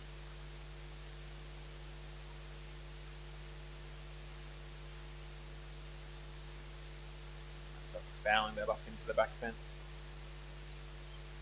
One of the benefits from having the cameras up in the clubhouse today, no camera shake from the ball, any foul balls hitting the fence. No vibrations. I thought the way that he fouled that one off there, that was coming straight into our tennis. Oh, we were ready for it. Always ready. Mind you, if that was me, I'd probably drop it, so I don't have a glove on, so... Oh, come on, mate. No, I believe in you. I'm pretty useless when I don't have a glove on, so... Probably the first to admit it. As Masaendo gets called for strike 3 right on the edge of the strike zone. And again, no runs being able to be put on the board for the Manly Eagles. Will end the 6th. The score still 7-3 to Baulkham Hills.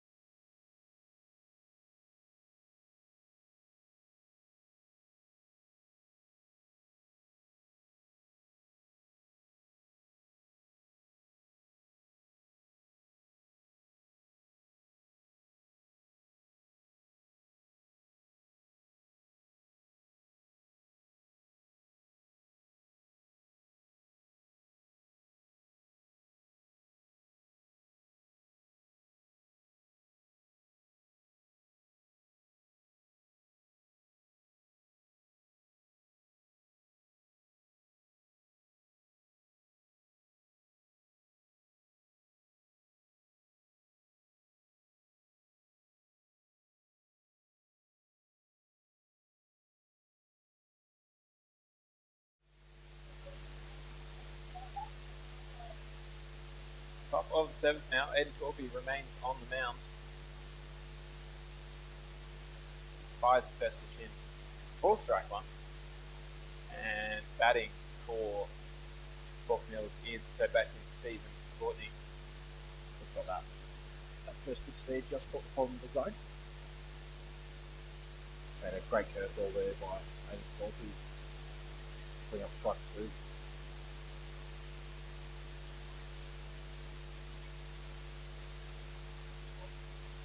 The sun is setting, and I wish I could turn the cameras for you. There is a lovely orange glow as that ball's hit right back to Aiden. His easy step and throw to first base will be the first out of the seventh inning.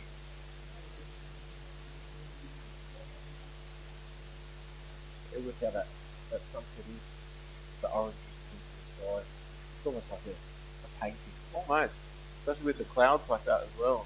Keeping the clouds very nicely. I would not be able to describe it if I could. Indescribable. Just tell you what, if you want to see it, you have to come up to Aquatic. And you have to come watch first grade, and you have to come see it for yourself. Simple as that.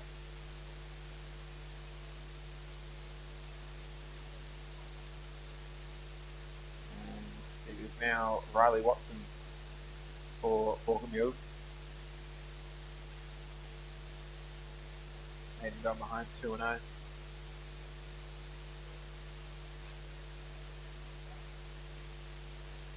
Top of the seventh. This is a 9-inning game. So we'll definitely be seeing all 9. I don't see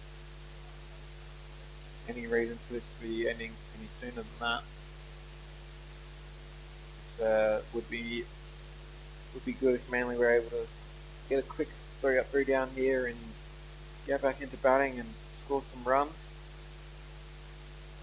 As Aiden finds strike one. Count now 3-1. Yes, 3-1. If you're sort of shooting me right now on ABS, if you want to see this picturesque sunset happening up here at Aquatic over the city, I suggest bed 24. You've been there back here. Yep, Wednesday night game. Come on up. Watch the Eagles take on the White Hawks. That's the Legends round, as it's our last home game of the season. I'm not sure if that'll be a Wednesday night or a Saturday event, but either way, make your way down for both the Wednesday and Saturday games. So that was the baseball balls there. We've got number 79, I think he's from Irish. Yes, who is a defensive change, so we'll have to keep an eye on Game Changer to see who that is. Or at least just get the last name. Ellison. Ellison. Ellison. Apologies not knowing the first name, but I don't have the list in front of me. And Aiden fires that first pitch in for a ball. 1. Runners on first, 1 out, top of the 7th. Ground ball potentially ends it with a double play. Just top of the zone, just missing. Still saying, you can't. You tuning in, get down to 24. What Mighty Eagles taking the White Hawks. It's almost a battle of the birds. Oh no, it's a bit of a local derby, you might I'd say. say so. Crosstown rivals, maybe. As that ball's Ellison hits that through the gap of shortstop and third base. Will advance runners. Second base, runners on 1 and 2 now. It will bring up the catcher, I believe. Sorry, no, the shortstop, Luke Clapson. So you can't get it on 24. The next 2 Friday nights, we do have our Manly second grade girls team playing up here. So feel free to come down. Who are they versing this Friday? You should know this. I should know this. I'm pretty sure from memory it's Kellyville this week. Okay. And the week after, I would have to check on that. I could take it 1 week at a time. A bit easier than that way than trying to plan ahead. Fair enough. You had a big, quite a decent win last Friday night, I hear. Yeah, took on the Greenway Giants at Greenway. A bit of a windy night up there at Greenway Park. was 8v8 on the night, so both teams got play short or cut play short. But our girls did really well. They end up walking away with a 9-3 win. Yeah, by chance have the standings for. No, I don't. Sorry, I do apologise. This Friday we take on Newcastle. The week after against Kelly. There you go. So there's a strike on there. Maybe talking like that also identified. I think going off last time I did check the standings. The girls will win the next 2 games. And depending on how the top 10 goes, top few teams goes, I should say, my apologies, should be able to sneak into the playoffs potential. Such as a top 4 player. I think so. Yeah. Being first year coaching the girls, sort of like to try to figure out what's what. So, look, I must say, the girls started at the start of the season to where they are now. They've come a long, long way, which has been good. I couldn't be more pleased and happy with how they've been playing the last 2 games. It's really gelling. Yeah, potentially getting a few more players next season to join you as well. Hopefully. So if there's anyone on here, any females that are listening, decided you want to have a game of baseball, feel free. Look up. 15 plus, is it, to play? Age? 15 members, yeah. So feel free to get in touch with Manly Eagles and we can let you know later on in the year when our information session will be. Come along, find out. So more than merrier. Feel free to speak with our. And there's a fast ball on the outside corner that's striking out there. And we've got now number 13. I think it is. 13 looks like another defensive change. Oh, okay. I'm all over the shop with his lineup. Luke Clapson was just batting, was he not? Number 6. He was. Oh, unless I have the numbers wrong. Oh, I might have the numbers wrong. So we got number 6, Alex Ramirez, up at the plate. Okay, I think Caleb Shepard's number 6, not number 60, so I must have had that wrong.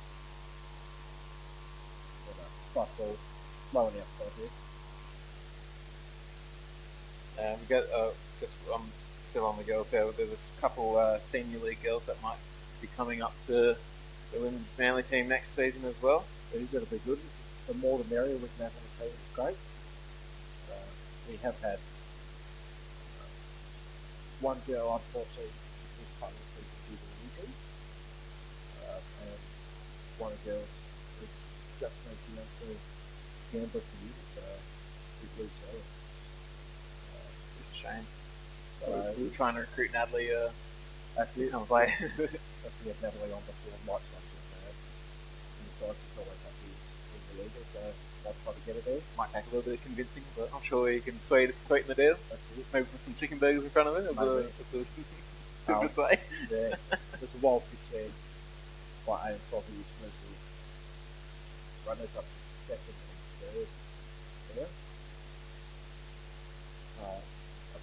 Not the only one that was our women's second grade. We do have our president Waka there as well as the head coach. So it'd be good if we can maybe try to get Manly first grade side in the comp as well.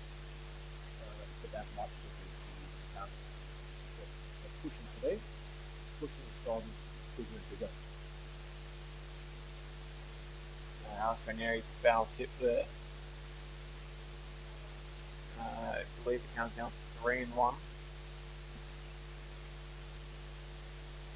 So we've got Ramirez on the plate.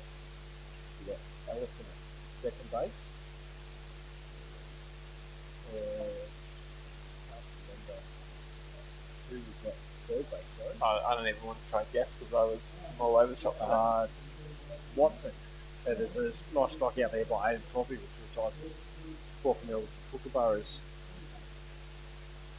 That was bottom of the 7th, I think. Yep. And the score is 7-3 still. On the Pro Car Automotive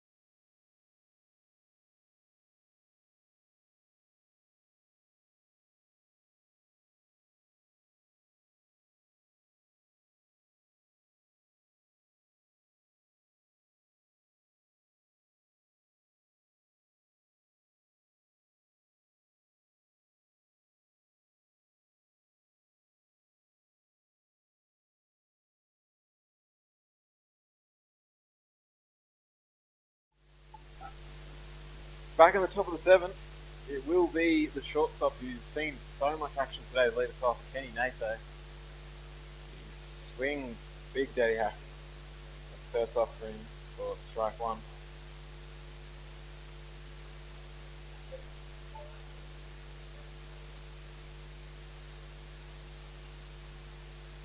So Kenny's had a great game so far at shortstop there. Definitely some big shoes to fill there since our other shortstops haven't made from college.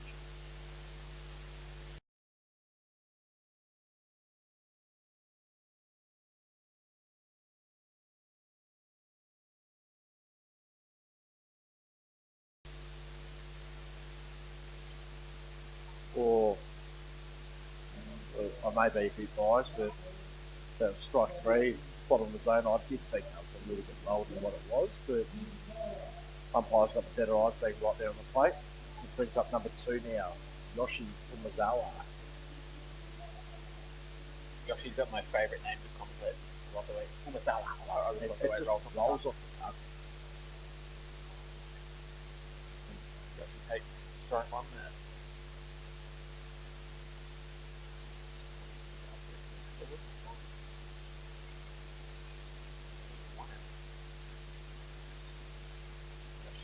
Bounce that over to the right hand side. So a few kids down, facing those foul balls.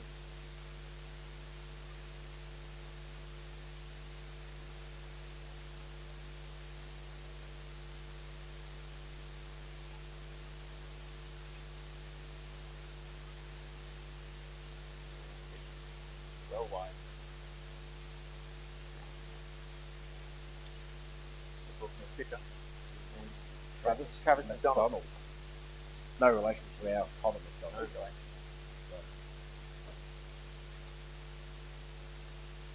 Down that one. Going right straight into the Manly dugout there. Count 1 and 2.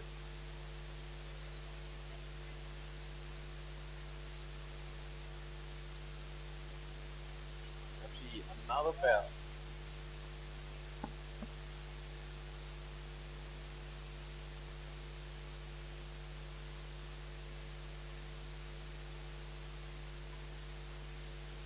Starting to slightly quiet down a bit here at Aquatic as the sun drops. Lights take over the field. That is. It's ball there on that. Just missing the outside part of the plate there. It does look like the Kookaburras have got a bit of action happening in the bullpen, so it might be McDonald's last inning. If that's the case, we'll be sure to get the change for you and let you know who's coming in. Since you picked it out before, Andrew, with your amazing eyesight, are you able to pick out who that is? I don't think that with the lack of light now, I don't think so. I can't even see the one that's closer to us. Might be a nice big telescope to pick out that number. Yeah, I think so.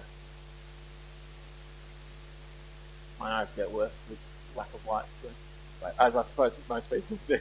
I can say that. I think that's the case with old age. Oh, hang on, mate. let's not get ahead of ourselves. Yossi, wow, again fouling that one off. Must have just skimmed the edge of the bat. Count 2 and 2. He's fouled about, I think that's his 4th, maybe 5th. 4.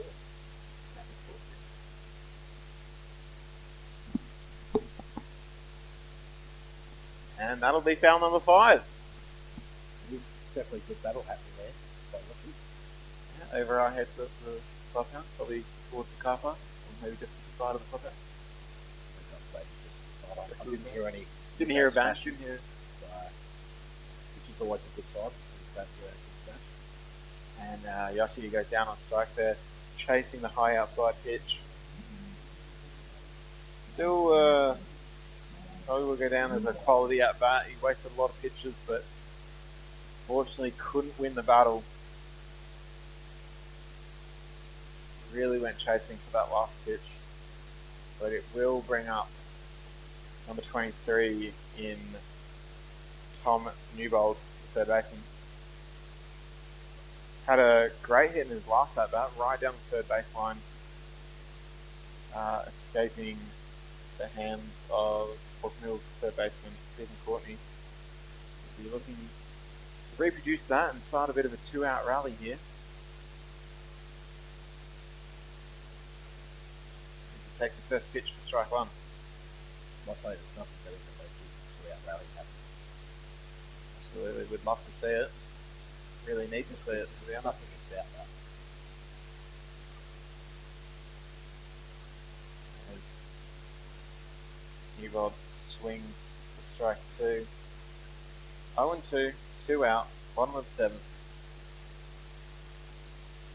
Can Newbold produce? Pitch comes in. Inside, did that cop him? No, just missing Newbold's legs. Very inside, but missing Tom Newbold. Catch a good well to stop it, although had it gone past, no damage, no one on base. And Newbold goes down, strike three, swinging. Quite a good outing for Travis McDonald on the mound. That could be his night. We'll have to wait and see. And it will be interesting to see if Torpy comes back onto the mound. It looks like he will be, yes. So going into the top of the eighth. Baulkham Hill lead 7-3 on the Procar Automotive scoreboard.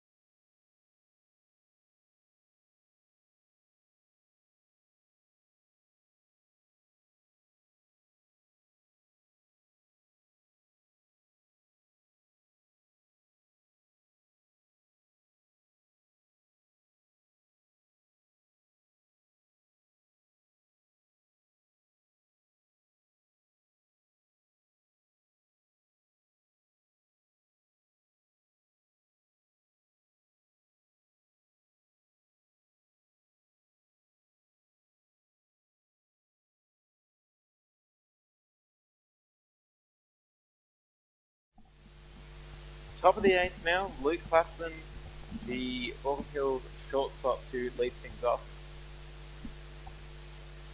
Takes strike one.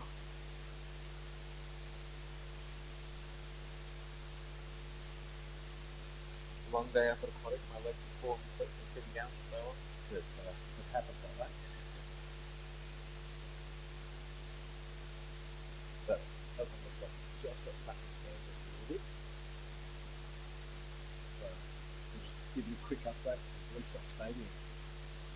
Top of the four with Melbourne at 3, Leafstock 0. Melbourne's got runners on the corners, 1 out. Every time we give an update, Melbourne are batting, we hit this in the Blue Sox space. They do, definitely. I believe that was a strike there, so count 1 and 2 now.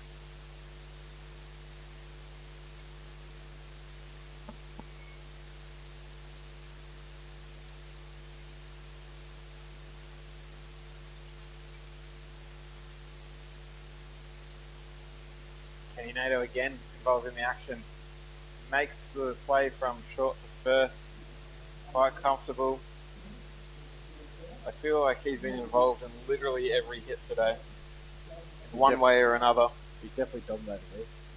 But he just swallowed that ground ball up like you do with those chickens every weekend. Mate, don't tell me to get another one. That might be too late. They probably would be too happy with me if I ordered one now. Probably not. That's alright, I've already had 2 today, so 2's enough. It'll be he fires that pitch in for strike one. We'll bring up the top of the lineup in Solomon Maguire. Left-handed batter. Big swing by Solomon there. Unable to make contact. Count now 0-2.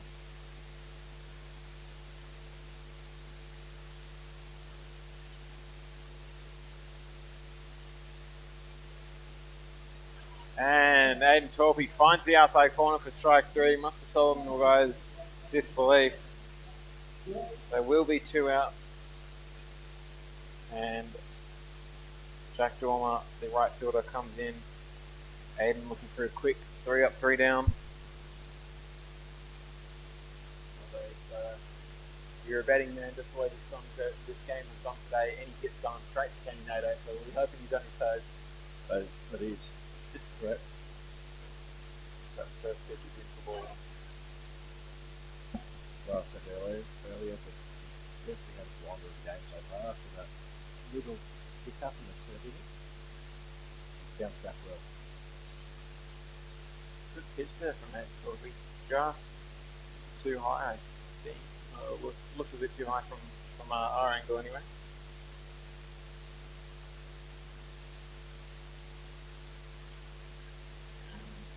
Dormer gets caught swinging there. Count 2-1.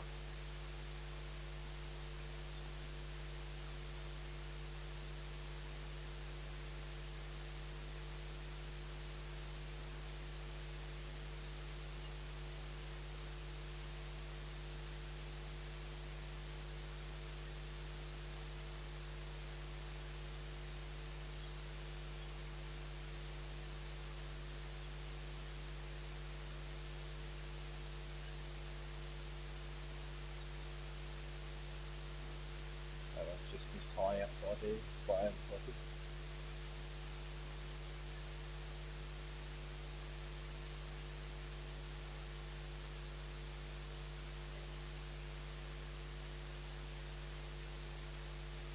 He's done the pitch now. Bit of a check swing there. That's 4-4. Moves the runner up to first base there. It was a close pitch. Fortunately, not close enough. That's correct. What's the Blue Sox stream? I do have to say, Andrew. Yeah.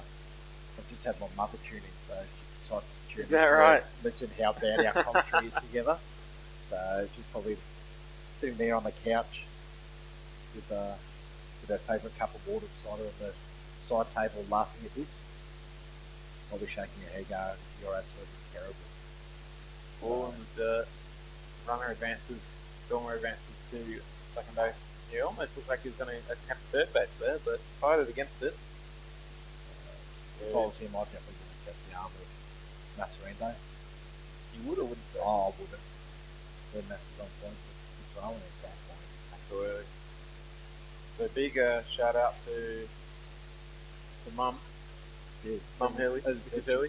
she's sitting there listening, no doubt. I'll probably cop it. Saying how terrible I am when I get home. So, there's been a foul ball there. It's gone over the man of dugout.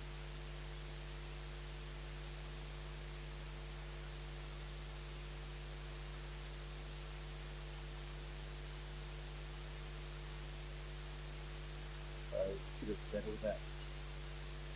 Now the Eagles made it by 8 o'clock a day on the Mountie.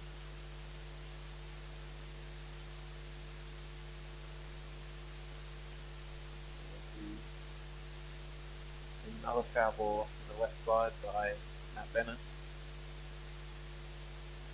Count 1-2.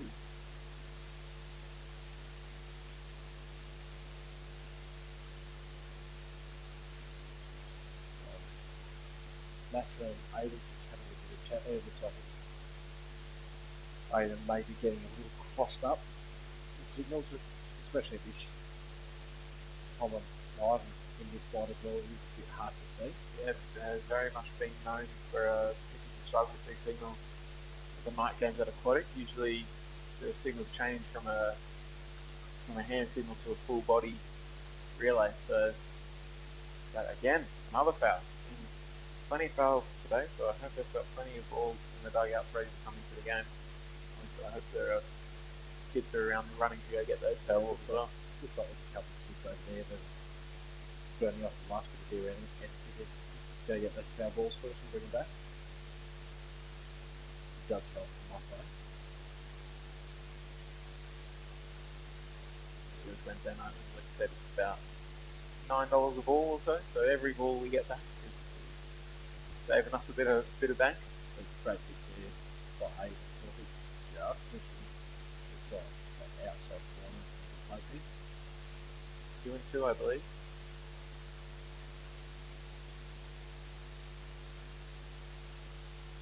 Runner goes, and Aiden finds strike 3.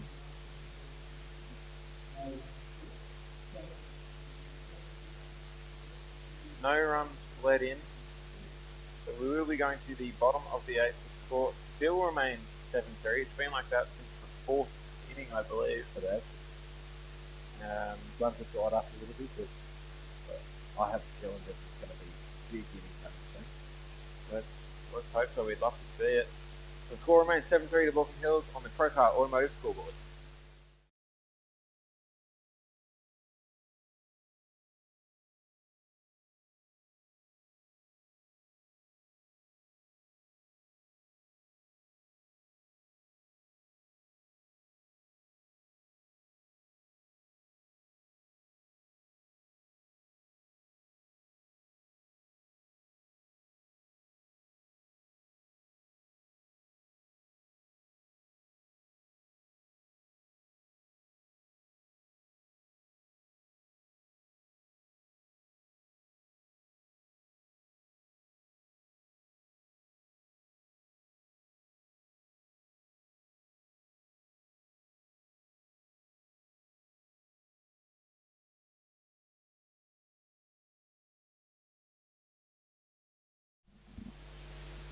And straight from the pitcher's mound to the batter's box, Aiden Torpey will lead things off. He had a lovely base hit in his last at bat. Scored an RBI as well off that hit down the first baseline, so he's looking to reproduce as he takes the first pitch away for ball 1.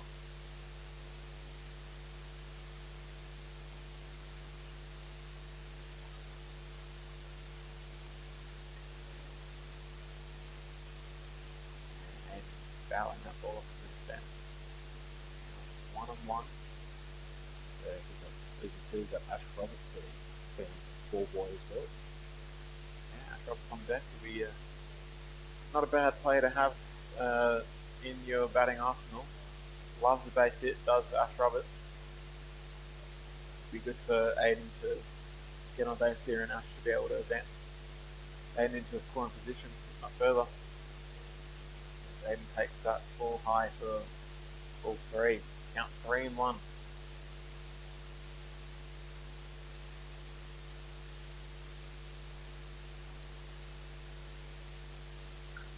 Aiden drives that into centre field. There's a big chase by the centre fielder in Solomon Maguire. He's not able to get that. Aiden will comfortably get the stand-up double. That's exactly what Manly needed to start off this inning. Especially, like I said, with Ash Roberts coming up to bat. Very much a chance to score Aiden Torpey here. Strong few batters about to come through for Manly, so Definitely a way to lead off the inning there.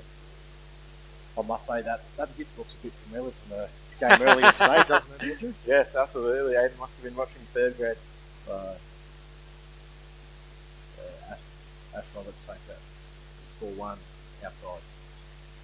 Ash Roberts really likes to go deep in the count. He likes to see 2 pitches and try and really make the pitcher work for it.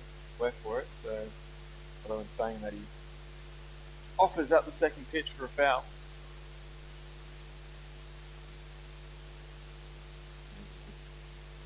Big gap out there at right centre. Flash can take it. It's back out. Yeah, Might right. be able to score 8 or 12 from second base. Right over the second baseman's head is exactly where you want to see it.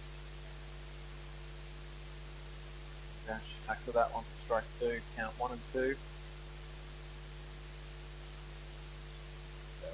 just might have a feeling that that's what Ash is thinking. He wants to plug it into that gap, bring out the top of the score. Ball in the dirt for ball 2. 2-2 now.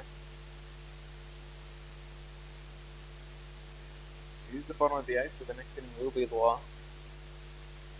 Would be good for Manly to try and take the lead here, or at least close the gap, as Ash goes down swinging with a great pitch from Travis McDonald. Really good pitch there. Looked like a curveball. Got Ash swinging, so unfortunately Ash goes down on strikes. It will bring up the centre fielder, Manly centre fielder Gaz Patay.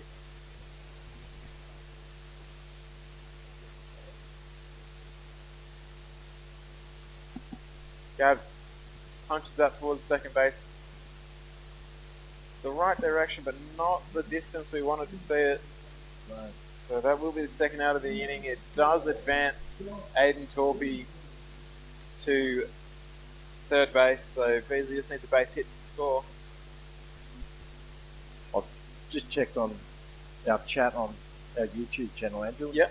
We've got a message from Yoshi's father, Is that right? and he's saying, "Go Eagles," all the way from Japan. We'd love to see that. Love Right. to see international viewers. That's actually pretty cool. I do just have to double check with our cameraman here, Leo. Yoshi's father is in Japan. Whereabouts in Japan? Niigata. So hi to Yoshi's father, who's in Niigata. Thanks so much for tuning in. And hopefully Yoshi can score a big hit for you while you're tuning in. So, as we've been saying, guys, if you're on there, say hi, ask a question, and we'll try to answer it if we can.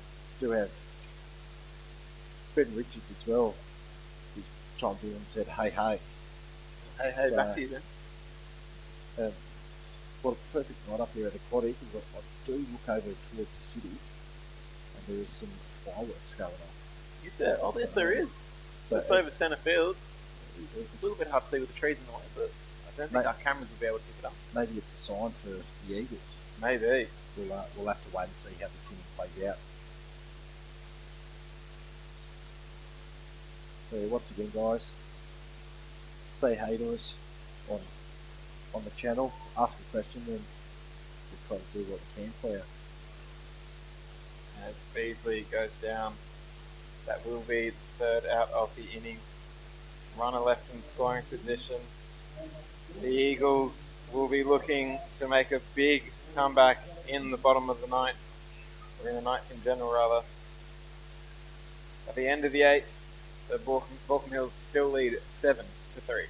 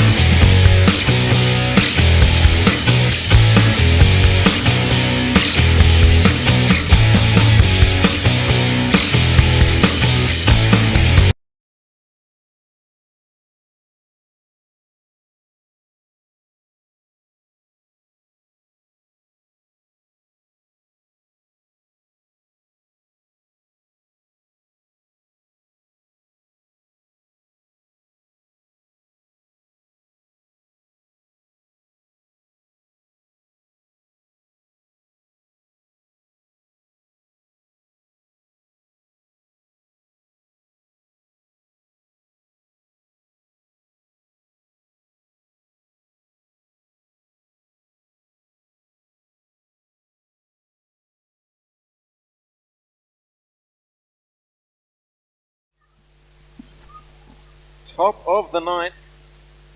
It's make or break time now for the Manly Eagles. There is a pitching change. James Miller is coming in to close out the game for Manly. His first pitch is hacked away for a foul. Some big cheers in the grandstand for James Miller.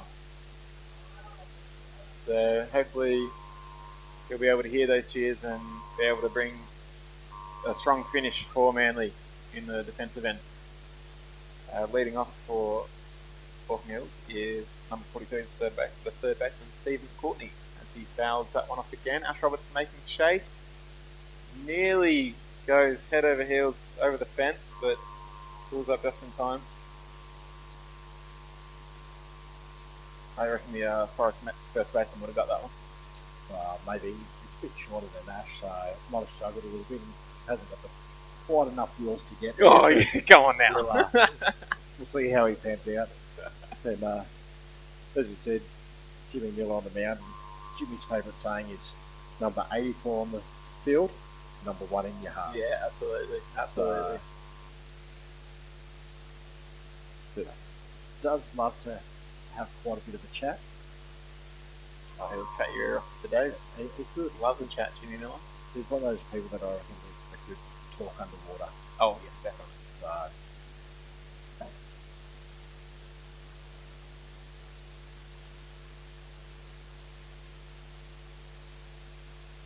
I feel like James usually wears an undershirt. No undershirt today, though, by the looks of it. At least not a long sleeve one. must be a bit humid out there with Must all the be, rain yeah. that we've had this morning, Definitely. or early this afternoon, I should say. Although since that rain delay in third grade, it's maybe only drizzled once or twice during second grade, and then been clear all the way through. Gaz Mateo unable to make that catch. It looked like he made it a little bit harder than he needed to. It was an awkward dive. Got a glove to it, but wasn't able to hold on. So that will be a stand-up double for Stephen Courtney. And it brings up number 41, Riley Watson. Would have been a nice glove if you caught it. Oh, absolutely. Would have been play of the day for at least the first grade game. That is. Big shout out to, I think it was Dion Mason in Dion third Mason, grade. yeah. Laying out for an amazing catch from third grade. You have to cover quite a bit of ground, and yeah, nice layout in the end. So that's definitely on the highlight reel if we had one going. I'm not sure Luke had the cameras on at the point. Anyway, That's I right. can't remember. I think we were all just in shock of the amazing athleticism That's it. run down that we. Strike there on the outside corner to James Miller. Brings the count to 0-1. Hard hit ball to Beasley at third base. He does very well to not only make the play at first base, but to hold the runner at second base. Sorry, no, it's Aiden Torpy now at third base. Beasley looks like it's come out of the game after Torpy's left the mound to decided to keep Torpy in, take Beasley out. So Torpy's gone to third base whilst Miller's come in off the bench. But I would imagine Beasley might be in the DH role. Maybe. I doubt they would have taken him out. Well, Miller's not going to hit. We'll just have to wait and see how that pans out. So it is one out. And that pitch is in for 4-1.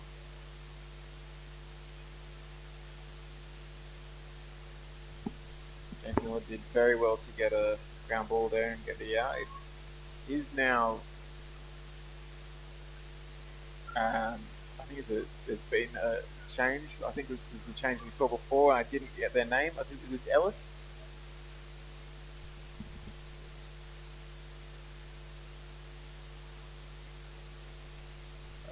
Just check on that, yeah. Ellison, yeah. Ellison now. First name we still don't have, so apologies for that, Mr. Ellison, but.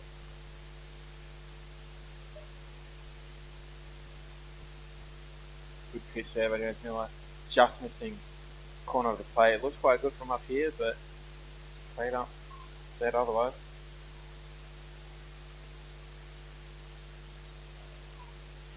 Two and one now, I think. I held a finger up to the strike. That ball's outside for ball 3. A walk here, not the worst thing to happen. It will make the runners forced, so gives it Manly a chance for a double play, but of course I think Miller would be happier with the strikeout.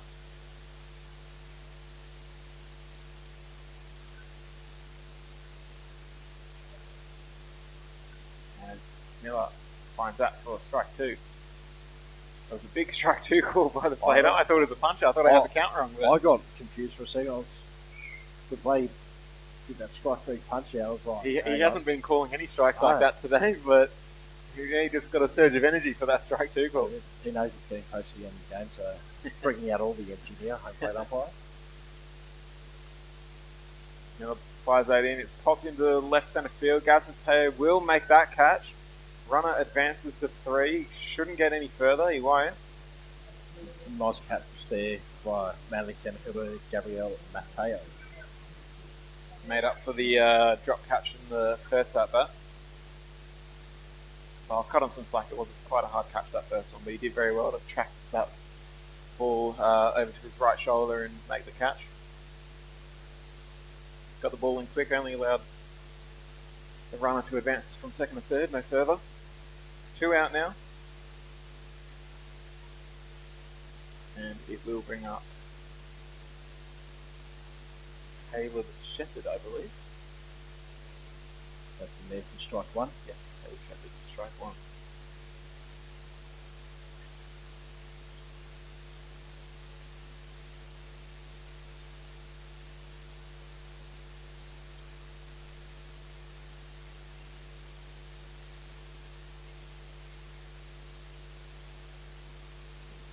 Just missed the outside there, sorry.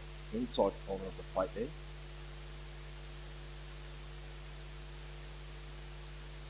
His trademark routine. Scrapes the dirt, big right hand out, a couple claps with the glove, and leans in for the signal. It's definitely a unique pre-pitch routine he's got there. Does it every time though? Definitely won't see that anywhere else. Scrape the dirt, in glove the state clap. league. No, definitely not.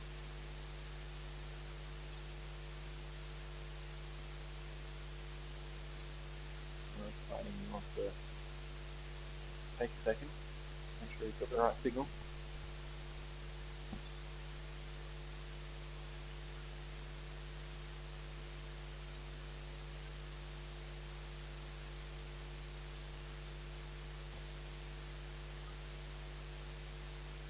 Right, pitch by Miller, but not called a strike. I'm not too sure how far away that was. It couldn't have missed by much.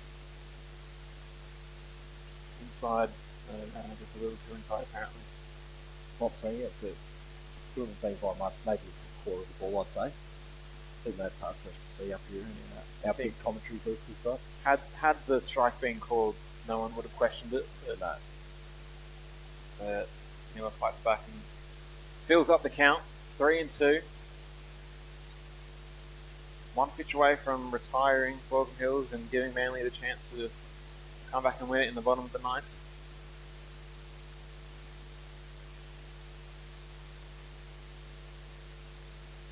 And fouled off into the fence. Count remains 3-2.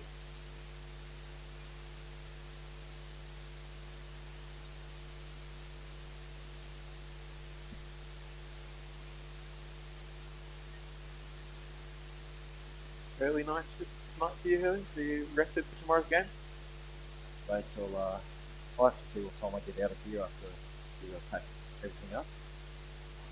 No one's saying you have to stay to pack up. Oh, that was a great hit into left field. That will score a run. A few heckles from some fans who are not too happy with the ball call rather on the third ball pitched in, but unfortunately, it is what it is. That will bring the score to 8-3. Fans have always got something to say. Absolutely. Anyway, so 90% of the time it's wrong. Some of the time it's wrong. They've always got something to say, but I never see them put their hand up to go umpire these games. So, always grateful for the Blues to turn off each week. Someone's got to do it. It's a thankless job, but is with split second decision making as well. Absolutely. Is it a ball? Is it a strike? So baseball is easily one of the hardest games to officiate. There's so many close calls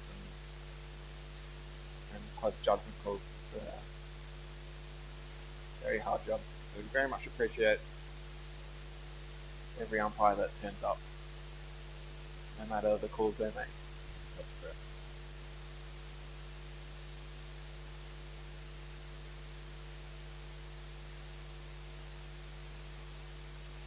Here we go, giving a little once up to the pitch. Runner goes, fired in for strike one. Massa didn't want anything to do with that runner. It was all focus on this batter, who is, I believe, if I'm not mistaken, Alex Ranieri. Yeah. Well, that ball hit along the interesting play there. I think it's Did they call foul? The ball hit trickled along the first baseline. Wasn't sure. We couldn't really see from here if it was in foul territory or in fair territory. James Miller hustling over to get the ball, flick it to Ash Roberts for the tag, but the Alex Ranieri has been called back. Home plate umpire calling that a foul. So it will be count 2 and 2 now. 2 and 2, 2 out, top of the ninth. And that ball's hit slowly to third base. Josh Beasley will make the play just in time. Ranieri unable to beat out the throw. Beasley coming in clutch there. You mean Aiden Torpy on that one? Sorry, Aiden Torpy. That's right. I did mention that before. Aiden Torpy made 2 great plays that inning. Clearly his arm's not too sore, tired from coming off the mound. So it will be 8-3. It will be an 8-3 lead going into the bottom of the ninth. Manly needing 5 runs to tie, 6 to take it. Would love to see an amazing comeback here. Leading off will be, I think it's a pinch hitter will be leading off. I can't see who it is at the moment, so I will let you know when we get back.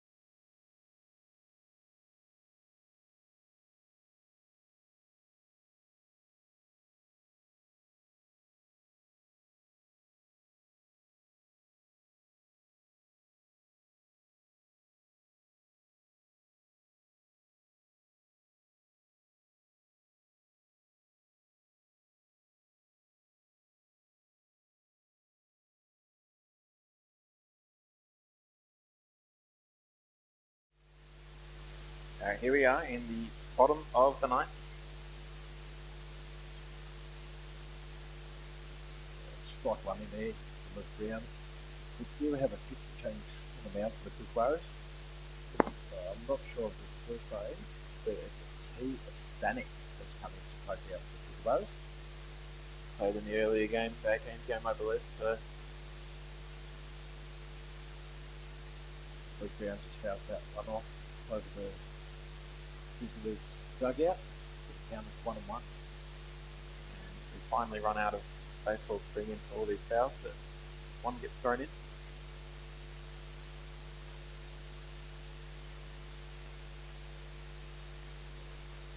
Looks like a brand new ball being thrown in.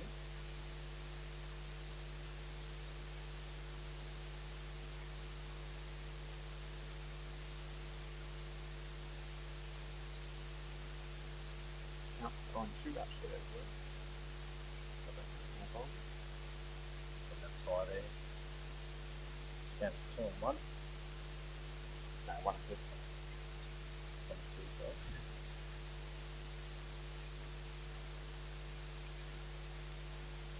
Another foul ball from Luke Brown. So there'll be a pinch hitter up next in the form of Tom Butler, waiting on deck. He'll be replacing Massa Endo.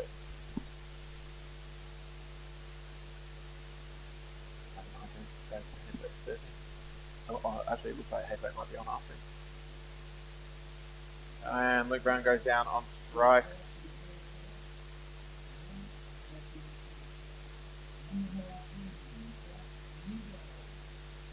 Sorry, Zach Newbold. Zach Newbold's coming to. I was very Yeah. wrong. Not Tom Butler, my apologies. I was so confident as well, I thought I knew Tom Butler's number, obviously not. Now that I think about it, Tom Butler might be number 40, not number I think my Tom Butler might be having this game on.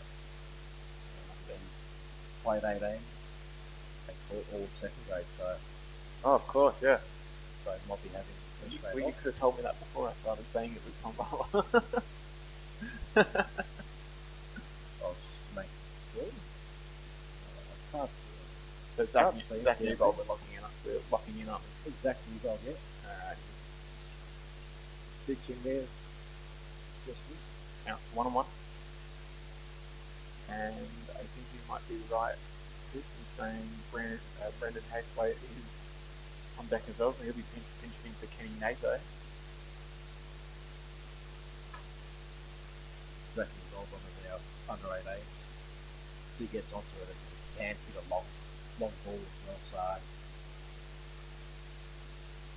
Chris Corey going to his bench for this last inning, getting some pretty decent hitters into the game. And of course also decent base runners as well, if they do get on. So both Massa and Kenny have had very respectable games today, so I'm sure they'll be happy to pass the torch on for this last inning in the hopes that Newbold and Hathwaite can do a job. And in saying that, Newbold goes down on strikes. Credit where credit's due. Baulkham Hills pitching today has been on point, holding Manly so far to only 3 runs.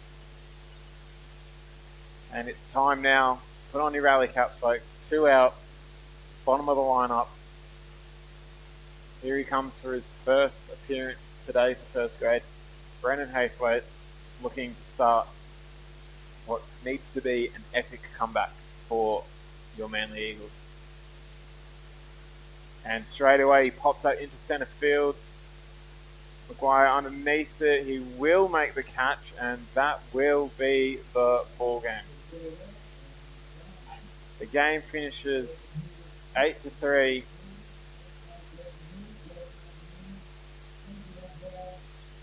Eight to 3 to Baulkham Hills. Not the worst game today. I mean, it was obviously a shame to lose, but some positives. Big game from Kenny Nato. It was a shaky start, but he finished quite strong. And credit where credit's due, like I said, Baulkham Hills did really well in the pitching today, especially. And we're just a stronger team on the day. that's it. From all of us here at EBSN, Chris Hurley, thank you so much for jumping in That's today right. and helping out. Really appreciate it. My pleasure. And before we go, guys, EBSN will be back on Friday night Yep. for our women's team, so don't forget to tune in there. And that will be run by Mr. Luke Eisenhower. So if you feel like it, guys, jump on to our chat while Luke's on, and feel free to leave your comments and tell him what a wonderful job yourself and Andrew have done while he's not here. Hopefully we can replace him. We'll see That's the plan. That's the plan. We'll see how that works out. We're working on it. His EBSN is Luke's baby, unfortunately. He loves it to bits. But yeah, thanks guys. Thanks for tuning in today, and we look forward to hearing you listen to our commentary, even though you can't hear us. I'm getting a bit blasé. It's been a long day. Look forward to you tuning in. Hopefully Friday night for our girls, or if not, tune in on Feb 24th. And your Mighty Eagles And take on Feb White 27th Hawks. as well, the Saturday. And the 27th. So make Yep. sure you get down for both those games. So, Also want to give a big thank you to Leo Messer for doing the cameras for first grade. Really appreciate it. Did a great job. Luke is definitely out of a job in the camera department for sure. I think Leo was just more happy to bring the up his stats on what he's done today. Yeah. think- Big game from Leo today. 10 strikeouts in the second grade. So He's definitely chuffed. We'll no doubt see a photo of that on his social media later. Or I'm guessing that's already been put up on social media on your page. So Leo does love his stats. There you go. From all of us here at EBSN, thanks for your subscriptions today. Yeah, thanks and for tuning in. I hope you subscribe. And also, I want to say a big thank you for Natalie Hughes for jumping on the commentary as well. She didn't want to do it, but we forced her into it and get a little insight into the canteen. And that should be everything from us at EBSN. Thank you so much again for tuning in. I've been Andrew Logue, Chris Hurley. Again, one more time, thank you so much. No worries. And we'll see you next time.